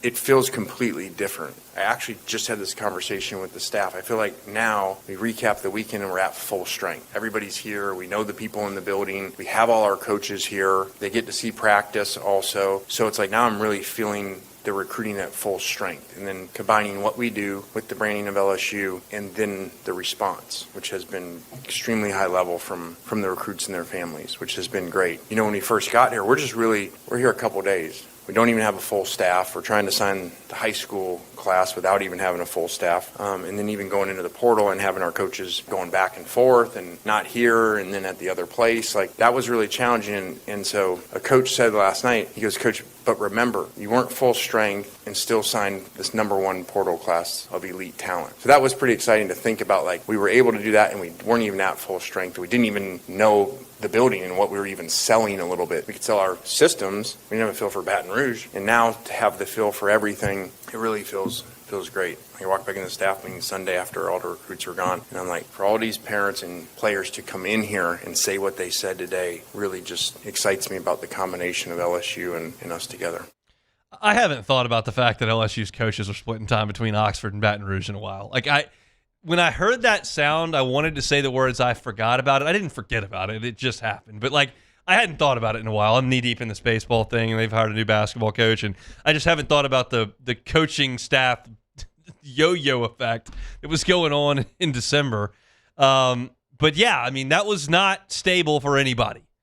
And the fact that things are a little bit more stable now is encouraging. And I feel like this is probably a fool's errand. This is probably foolish of me to even think in this climate. But it does feel like there could be a little bit of stability on this staff, right? Like, Charlie Weiss will eventually get a job. Yeah. But he's been with Lane Kiffin for a while now and obviously wants to be with Lane Kiffin or he'd be in Oxford right now. Same thing with George McDonald, Joe Cox, like Kevin Smith, certainly. That offensive staff like feels like it's with Lane. And then on defense, you know that Blake Baker wants to be here until the big fish comes. You know that Corey Raymond wants to be here. You know that Kevin Peoples and blanked on the safeties coach. I can see his face. I shook his hand on Saturday. Last name starts with an O. Jake Olson. There you go. We got on the elevator, me, Myers, and Jake Olson in Tiger Stadium on Saturday. I just couldn't think of it. Live radio. But Blake Baker's had Kevin Peoples and Jake Olson with him, and those guys have stayed. And, like, I don't think Chris Kiffin's going anywhere. So, like, it stands to reason there's going to be some continuity here on that staff. And they're getting into a little bit of a rhythm here in the spring. And Lane Kiffin talked about getting them into fitness like he is and spending time together in that way. Coach Saban had like the coaching rehabilitation program. Like we'd go in there and then we'd get a stamp so we'd get a job again, you know. Over these years with my change in nutrition and exercise and everything, I feel like we've had a lot of people jump into that and we motivate them. I actually had a number of wives over the years thank me because they're like, hey, you're improving my husband, how he's in shape and how he thinks and probably how long he lives. So our new project is T. Martin. So we're on about week 3. And so he's doing good and buying in. And so we had a series of stuff last night, like 8 o'clock, and then this morning at 6 a.m. again. So it's kind of fun, especially as coaches come together and don't know all each other. And we have some good before and after pictures, you know, we've put up before. Some good stories in there. It's actually pretty cool. I do think on that, though, you know, we're around our players, and, you know, obviously that doesn't have to be done, you know, in order to win. But I think when your players see that your mindset is that way about everything, the competitiveness, and then they're up here at night doing similar things, or they're out on the jugs, and it just kind of creates a whole culture of coaches and players all in an elite mindset about being great in all areas of their life. That sounds kind of Will Wade-ish to me.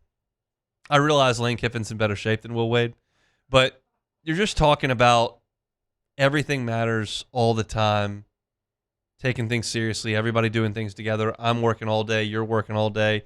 Same type of deal. Jay Johnson's like that too. You got to be all about baseball all the time to be a part of the LSU baseball program. This has to be your life. Like, that's the whole deal.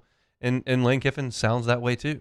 Brian Kelly was talking about details and studied sleep and all that kind of stuff. So not completely, you know, revolutionary with Lane Kiffin, but I think you've got at LSU right now a group of coaches that is going to work exceptionally hard.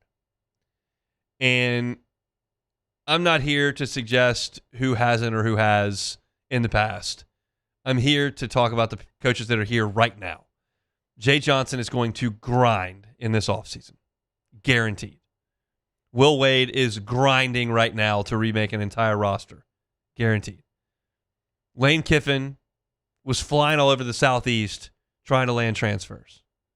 Kim Mulkey's all over the place. Like, you've got a group of coaches that are grinding. And in my experience at this school, in this athletic department, when you grind with the advantages that LSU has, more often than not, big-time success follows. It's just very possible here. And Jay Clark just finished second. I sense that LSU's got a lot of coaches moving in the right direction right now. That's an exciting thing. Lane Kiffin's a big part of that, obviously. So let's look at LSU football here on this Wednesday. We'll take a time out. We'll come back and do some SEC baseball power rankings next. The Hunt Palmer Show. Fabry Chevrolet GMC, FabryChevrolet.com, FabryChevrolet.com. That's F-A-B-R-E, FabryChevrolet.com. They're on Highway 61 in St. Francisville. Short drive. My wife and I made it a month ago for our 5th anniversary. Drove on up there, spent the weekend. Lovely, but the point being, it's a quick drive. So if you're in Baton Rouge, just north of town, Scotlandville, in Baker and Zachary, maybe over in New Roads, Ventress over in Point Capee, and of course in the Felicianas, just sip on over. Highway 61, see my friends at Fabry Chevrolet GMC. You know you're going to get incredible customer service when you deal with Fabry Chevrolet GMC because the Fabry family's been doing it that way for 35 years. They don't compromise on that, ever. So if you need a new vehicle, need a pre-owned vehicle, check out the inventory online at FabryChevrolet.com. Every car that is on the lot on Highway 61 in St. Francisville is there online at FabryChevrolet.com. It's the Fabry family. Been at it 35 years here in Baton Rouge. Go see him, Highway 61 in St. Francisville, or online at FabryChevrolet.com. My father, J.B. Falgu, had a vision of growth for First American Bank and the communities we serve. The bank's foundation was built on his legacy of compassion, loyalty, and dedication. Through his years of leadership, First American has prospered to heights even J.B. could not have imagined. I know my father would be extremely proud of the customer service and financial stability that First American provides to Southeast Louisiana. We continue to thrive because of the legacy of J.B. Falgu. Bayou Ford has the new 25 Ford F-150 Lariat truck with $12,000 off MSRP, plus the 7-year powertrain warranty that comes with all new Bayou automotive vehicles. If you need sales or service, the crew at Bayou Ford is going to do right by you. I'm Gabrielle McLeod on behalf of the Louisiana Propane Dealers. I have spent hundreds of hours preparing for scholarship competitions. That preparation paid off when I won the Fitness and Talent Awards along with the title of Miss Louisiana. The Louisiana Propane Dealers are also pretty talented and want you to be prepared for when the power goes out. Visit louisianapropane.com to find out about propane generators and other safety tips. Louisiana Propane, it truly is the fuel for our future. After a decade of working in private duty nursing, I know how hard it can be to find compassionate care for the ones that you love the most. So I started Decision Critical, a premier concierge nursing agency, so we can take care of you wherever you are. Our highly skilled nurses provide exceptional care from the comfort of your own home with personalized packages for short-term, long-term, or even around-the-clock care. Visit us at decisioncriticalbr.com and give us a call today to get started.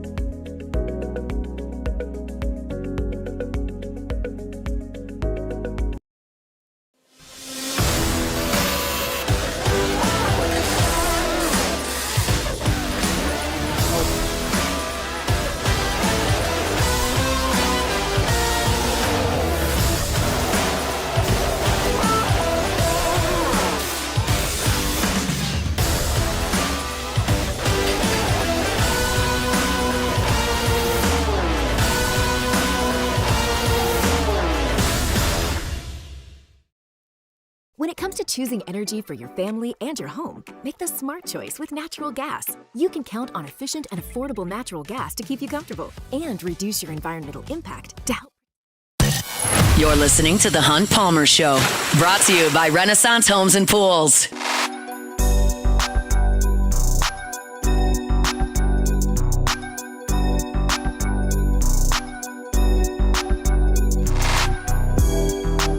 Renaissance Homes and Pools, built by Renaissance.com, built by Renaissance.com. No matter what pool you're looking for, could be resort style, could be just a cocktail pool in the backyard, wherever you are in your stages of life, whatever pool you've dreamt of, Joey Blanchard and his team at built by Renaissance.com and Renaissance Homes and Pools can absolutely do it for you. The beauty of working with Renaissance Homes and Pools is you're going to deal with Joey Blanchard directly. Joey is the owner of the company. He's been helping folks in Baton Rouge get into the homes and pools and outdoor kitchens of their dreams for years and years and years, and he can help you with it. Send him a text, 225-252-7745.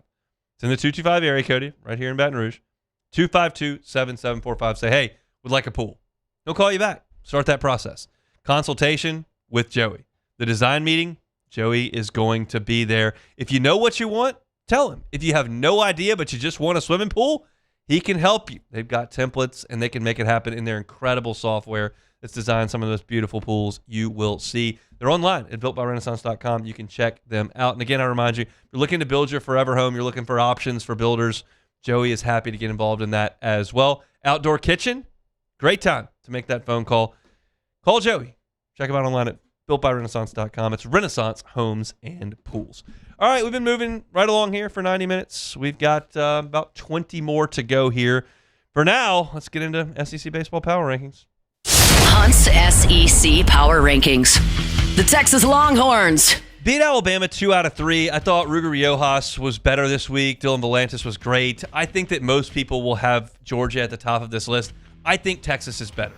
I think Texas is more complete. I like their pitching staff a little bit better, and I think they're good enough on offense. I like Texas the best in the league. Georgia's second. The Georgia Bulldogs. They're good. They went to Arkansas and won 2 out of 3. Yeah, they scored 26 runs in the finale. I get it. I'm not here to disparage Georgia. I think Volchko is a nice ace.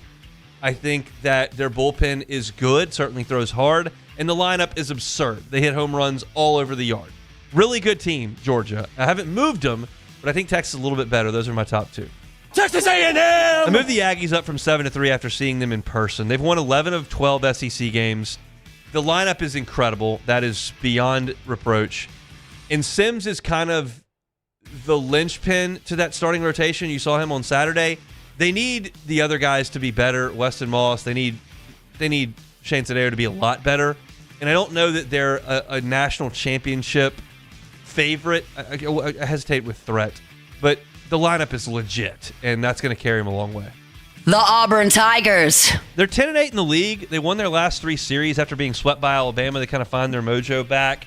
I like their rotation. I like the offense. It's not as good as I thought it would be, but it's good enough, and they're winning games, so I'll put Auburn at 4. The Florida Gators. I dropped Florida 2 spots here. They swept Arkansas, and they beat Georgia 2 out of 3, so they've got to be respected in that way, and certainly they've got as talented a 1-2 punch, top of the rotation as anybody. They're just a little bit inconsistent, and they let Auburn go down to Gainesville and beat them 2 out of 3. So moved them back a little bit, but still a very capable team and one that will come to Baton Rouge in the season finale.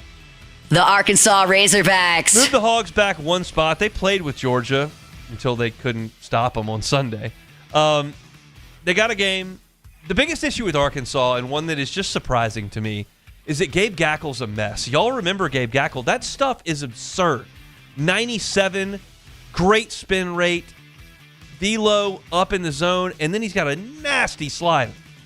And he's just not very good at the top of the rotation. I don't really get that, but it is what it is. Arkansas is at 6. The Ole Miss Rebels. Rebs go to Knoxville and get 2 out of 3. It's a dangerous team because of that pitching. Cade Townsend was mowing Tennessee down in Knoxville through 5 innings of his start. I think Landon Mack is really good. Would love to have him in Baton Rouge. I think Tegan Coons is really talented. And they've got a difference maker in Appenzeller in the bullpen. The offense, well, it's a good team. The Mississippi State Bulldogs. Mississippi State drops 2 spots. They may have the best arm in the SEC. LSU will see him on Friday. Look, it's a team that has a lot of talent. It's a team that has been wildly inconsistent. I can't give them a ton of credit for going to Columbia, South Carolina, and sweeping South Carolina. The 2 weekends before that where they got swept in their home field probably say more about what State is, but I'm not discounting what they could be moving forward. The Alabama Crimson Tide. I did not like Alabama when they were cruising earlier this year, and I don't love them now. They've lost 6 of their last 8 overall. They've also lost 6 of their last 8 in conference play. I think that it's a limited team in terms of talent, especially on offense. Brady Neal's your second best hitter. Not great. So Alabama's at 9. They're a team that's probably a 2 seed in a regional. The Kentucky Wildcats. Bump Kentucky up a spot. They played a competitive series with Vanderbilt over the weekend. I like Jackson Jelkin. That's about the best I can say about Kentucky. Plus, they're old, but I don't think they're a great team. The Oklahoma Sooners. Move Oklahoma up a spot as well. That's because Tennessee is going to be dropping back. The Sooners have issues at a lot of places. Their offense has been better than I anticipated it to be. I think Walk is a very good player. I think that they need LJ Mercurius to be better than he's been, and I don't know now that the sample size is as big as it is that he's going to be. So Oklahoma, I've got at 11. The Tennessee Volunteers. Vols dropped 2 spots after losing a series at home to Ole Miss. They've already dropped a series to LSU at home, dropped a series to Ole Miss at home. It's just a team that is scuffling a little bit. The Vanderbilt Commodores. Doors hit a lot of homers. They don't really do anything else, which is wild because last year they did everything but hit homers, and then this year they hit homers and don't do anything else. That's a weird deal, and Vanderbilt's going to be very likely out of the NCAA tournament when that time comes. The LSU Tigers. LSU's at 14. I still think LSU's better than South Carolina and better than Missouri without Jake Brown and Cooper Moore. I think they're better than those 2 teams. Keep in mind, LSU has won a couple of series. LSU LSU did beat Kentucky in a series. LSU did beat Tennessee in a series. South Carolina has beaten Missouri in a series. That's it. Missouri has beaten one team in a series, and that was Oklahoma, I think? No, Kentucky. They beat Kentucky. So, not great. LSU's better than them, so I got them at 14. The South Carolina Gamecocks. Gamecocks swept by Mississippi State, as they generally are. They're playing decent. I can say that. The next team is not. The Missouri Tigers. Awful. They got to make a change at head coach. Carrick Jackson has a great reputation in the sport, but this is another year where they're going to be last in the league, and you got swept by South Carolina. I don't know how you can suggest you're making progress when South Carolina was completely non-competitive for like 6 weeks, and then they went and swept you on your home field. It's a bad look. So that's it for your SEC Baseball Power Rankings. Texas number 1, Georgia number 2, A&M number 3, Auburn number 4, Florida number 5. Those are the 5 teams that are going to be in contention for a top 8 national seed. Then you've got Arkansas at 6, Ole Miss at 7, Mississippi State at 8, Alabama at 9, Kentucky at 10, Oklahoma at 11, Tennessee 12, Vandy 13, LSU 14, South Carolina 15, Missouri 16. If you're curious where LSU's opponents moving forward rank in these power rankings, Georgia is number 2, Florida is number 5, Mississippi State is number 8, and the last one, South Carolina, number 15. So 2, 5, 8, and 15 remaining for LSU in my power rankings, which are not exactly scientific, just as I see it. So that's a look at your SEC power rankings after the 6th week of conference play. I've got my power rankings from the first week that I want to just briefly visit to just humor you, the audience here, because it's humorous. I had Texas 1, still do. Had LSU 2. 2. I mean, I'm going to have to go back and look at the YouTube highlights from Jacksonville and just see what that looked like. Because when I tell you, when they left the Sunshine State, none of those bags came packed to the Baton Rouge. They looked awesome in Jacksonville, and it just never showed back up. I wasn't alone in this. Crazy. I did have South Carolina, Missouri at the bottom. I had Arkansas at 3, Ole Miss at 4, Auburn at 5. Those are sneaking around the chicken coop there. Mississippi State at 7, A&M at 8. They're better than that. I had Vanderbilt at 9. They're not that good. And then I had a big miss at Georgia at 11. And I remember this vividly when I did those initial power rankings. I put Georgia at 11. And I said, they might be really good. I don't know, because they refused to play anyone. Go look at Georgia's non-conference schedule this year. They just didn't play anybody. Now, I realize this is the guy sitting here whose team got taken 2 out of 3 from by Sacramento State. I got it. I'm the guy who pulls for the team that couldn't beat Bethune-Cookman. But Georgia didn't play anybody in the non-conference, so I don't think that's completely my fault that I had them at number 11. I don't think that's my fault. That's Wes Johnson's fault. Take it up with him. We'll come back and close it out next. The Hunt Palmer Show. First American Bank and Trust. First American Bank and Trust. FABT.com. FABT.com. Bank local. Bank with First American Bank and Trust. 25 locations throughout Southeast Louisiana. The beauty of working with First American Bank and Trust is that you're working with a bank that is part of your community. And the people that are making the decisions on your commercial loan, the people that are making the decisions on your personal loan, are people that are inside your community that want what's best for you. You're not talking to a call center in Atlanta. You're not talking to somebody in LA or Chicago. You're getting someone in Southeast Louisiana, someone that goes to church with you. That's the beauty of working with First American Bank and Trust. And you may say, well, those banks in Atlanta and Chicago are pretty sizable. Like, I need resources. They got 25 locations in Southeast Louisiana. They've got your resources. It's First American Bank and Trust. Check them out online at FABT.com. Stop in one today. First American Bank and Trust. If your office is experiencing performance issues like slow networks, jammed printers, or disappearing files, Advanced Office Systems may be right for you. With powerful IT solutions, print management, document imaging, and security systems, they help offices regain confidence naturally. Side effects may include uncontrollable efficiency, smoother workflows, and a sudden burst of office joy. Say goodbye to those emotional breakdowns in the supply closet and get back on track with Advanced Office Systems. When it comes to industrial construction, River Parish Contractors can do it all. Mechanical, structural, custom fabrication, specialized welding, and turnaround services. Strategically located in between Baton Rouge and New Orleans, we have the local team with the experience and commitment to safety to manage the most complex industrial projects. Period. Here's the deal. Partnering with us means your project is delivered on time, on budget, and most important, safely. River Parish Contractors, let's get building.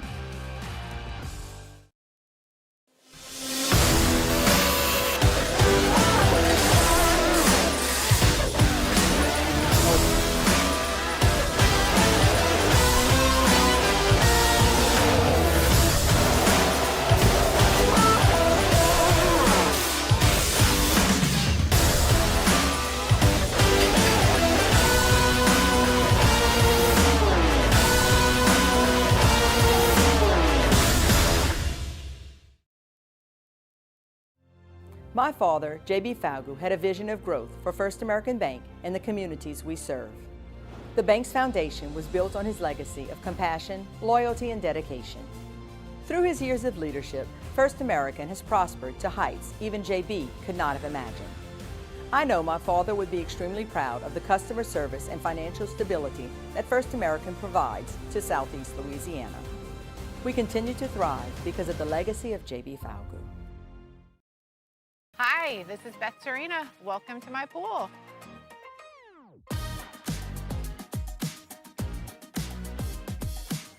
The first time I saw this beautiful pool, it exceeded every expectation that I had. They were able to get everything we wanted in this pool. It is a beautiful pool. We live out here, we eat out here, we watch TV out here. This is like our living room outside. We love this pool and everything about it. When we decided to build our pool, we called a great friend who is one of the best pool builders in the country in North Louisiana, and we said, who would you choose to build a pool in Baton Rouge?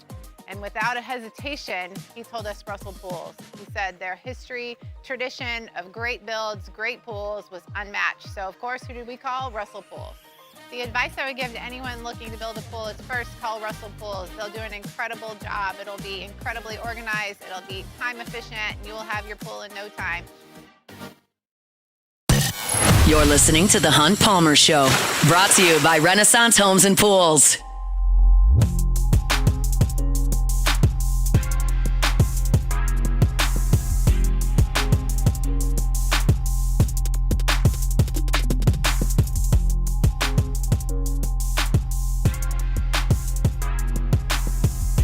We're wrapping up this Wednesday show brought to you by Renaissance Homes and Pools. We're doing something really cool tomorrow. All of our stations will be involved. All of our shows on 104.5 ESPN will be from the parade ground on LSU's campus. What we're doing is there's a young girl in our community who is in need of a bone marrow transplant.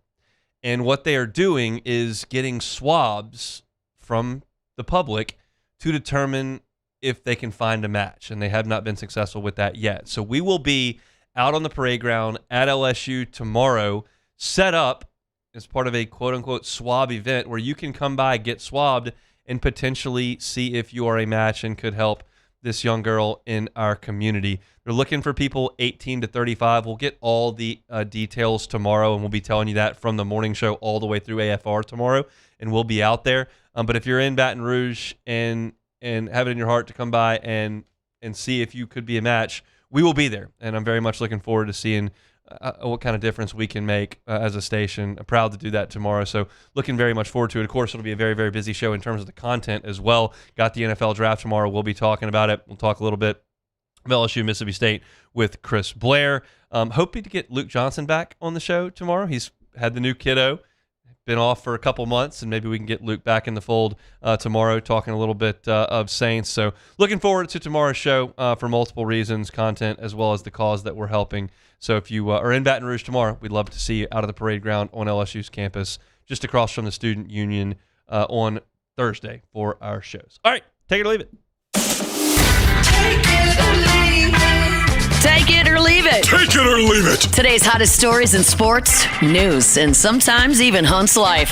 The question is, will he take them or leave them? All right, so Cubs manager Craig Counsell complained about the Ohtani rule that allows the Dodgers to carry 13 pitchers as well as Ohtani.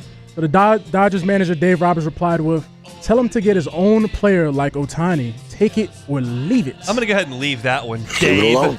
Whoa. Dave. Whoa. Look, First name basis? Here's the deal. I support fully the Dodgers' ability to spend $1 bajillion on players. Yes. That's the rules. Go do it. Awesome. Pay him in 2040. And you may say, well, you're being hypocritical if you don't like this rule. And I think that the reason is because this rule prohibits the other teams in the league. The Cubs aren't allowed to carry 14 pitchers. The Dodgers you're only allowed to carry 13. The Dodgers carry 13 and they don't count Ohtani. He's in their rotation. Yeah. Like, you have to count him as a pitcher. It's like the scholarship deal with football. Bear Bryant used to have all of his players on track scholarships and swimming scholarships, and they were all football players. Slimy. So now they said, well, if you play football and you're on scholarship, you have to take a football scholarship. You can go run track, but you're on football scholarship. Ohtani, you can play outfield. You got to count as a pitcher. This is BS that everybody else is limited to 13 pitchers, and the Dodgers get 14 because they got the unicorn. Yeah. Just say you can carry as many pitchers as you want. I don't have a problem with the Dodgers having Ohtani, but, like, let me carry another pitcher if I want to. They have roster limits in place for a reason, and the Dodgers are circumventing them because they've got the greatest player who ever lived. That's like saying, well, go get your own LeBron. Yeah. Go get your own Wembanyama, all right? We're trying. There are none of those. Yeah. Crazy talk. Now, when you break it down like that, that's definitely cheating. Like, come on now. Especially because this dude is in the rotation. Like, I think it's not like he pitches like one inning a week if you're in a pinch. He's the number 2 guy. He starts once a week. Yeah, I'm about to say he's like behind Yamamoto. Ridiculous. So, the Pitt season 2, take it or leave it. Take it. Pitt is I'll awesome. take it. HBO Max. My girl if you have loves not it. watched it, The Pitt is an emergency room show. My wife and I both thoroughly enjoyed it. She's in healthcare. I am not. Apparently, it is as lifelike as any emergency room drama has ever been. Not like ER and Scrubs and all that kind of stuff. This is like legit like cases and stuff like Grey's that. Anatomy. We loved it. We thought it was great, and we've seen both seasons. It's very good. I would highly recommend. My girl loves it, so I mean, I might have to tap in It's good. if you guys like it that much. So the acting on it would be phenomenal, real hard because you have to learn all the medical terms, and they talk so fast because the patient comes in. It's like, all right, gotta go. Like this patient's dying, so they're ripping off these complex medical terms and surgeries. He's like, like, what? nothing. Like memorize. This is no Seinfeld memorizing lines. Like this is getting it done. All right, so Paradise season 2, take it or leave it. Leaving this one. Okay, we watched this one. This is sci-fi. It's you don't like that. apocalyptic in nature. I didn't know that at the time when we started it. Okay. The premise is there's a huge weather event that's going to like wipe the out world most out? of humanity, and they build this huge bunker to go form a society in. Okay. But it gets weird, and there's a season 3 coming up that I know my wife's going to make me watch, and I don't want to because I know what's coming. I'm not going to spoil it, but based on the season 2 finale, I know what's coming, and I have no interest in this. It's too sci-fi. I don't like it. I'm out. All right, so the New York Jets canceled their top 30 visit with Texas Tech pass rusher David Bailey. But he explained he still had positive interactions with them. He said, man, it's been good. He told reporters on Wednesday those interactions with the Jets, even though they canceled my top 30 meeting, he met with the coaches, FaceTime and whatnot. So is this an indication that Arvell Reese is a lock at number 2? Take it or leave it. I'm going to leave it. I think this can be smoke and mirrors. So you're using the term lock. I would suggest a likelihood, but I would not say lock. I think that anything you do in the draft can be taken with a grain of salt, and there's a very good possibility they canceled the visit because they already know about David Bailey. If they want to take him, they can. If they think somebody now will try to trade up with him for Arvell Reese, thinking that you are locked in with him, all of a sudden you flip the scales in your favor. So I'm not buying it. All right, so the Dallas Cowboys will now hold contract talks with George Pickens. As you know, they franchise tagged him $27.3 million in March.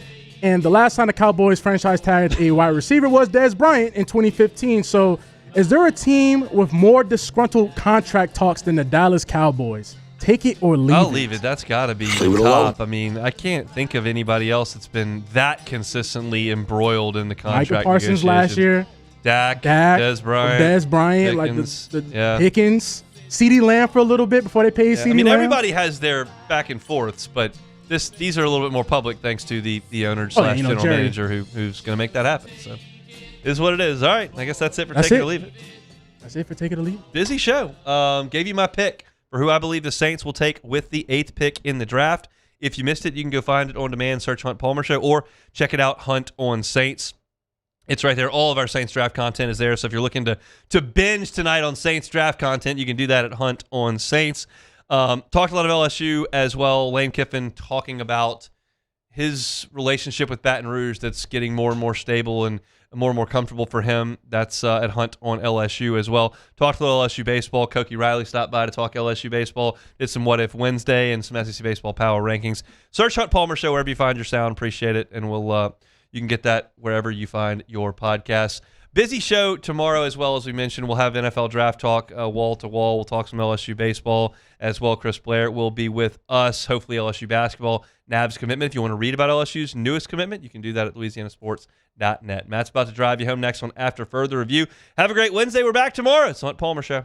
The Hunt Palmer Show. Fabry Chevrolet GMC, FabryChevrolet.com, FabryChevrolet.com. Summer is coming, y'all. Summer is almost here, and that means road trips. Means road trips to the beach, road trips to the grandparents' house, road trips wherever you will call your summer vacation. And that may mean you need a new set of wheels, because if you need to get the kiddos loaded up, it might be in a new Chevy Tahoe, it might be in a new Chevy Suburban. Maybe you're looking at the GMC side at Yukon, Denali. If that's the case, Fabry Chevrolet GMC has got them on the lot. You can start your buying process like we do most things now online at FabryChevrolet.com, see what they got, see what interests you, and then make that quick drive up to St. Francisville on Highway 61 and lock in that purchase. It's going to be a great buying experience, because that's what you've been getting from Fabry for 35 years here in Baton Rouge. Fabry Chevrolet GMC. Every car that is on the lot is online at FabryChevrolet.com. Go see them, Highway 61 in St. Francisville, or online at FabryChevrolet.com. Hey, it's Matt Moscona. Look, back pain can sideline you from the things you love. That's why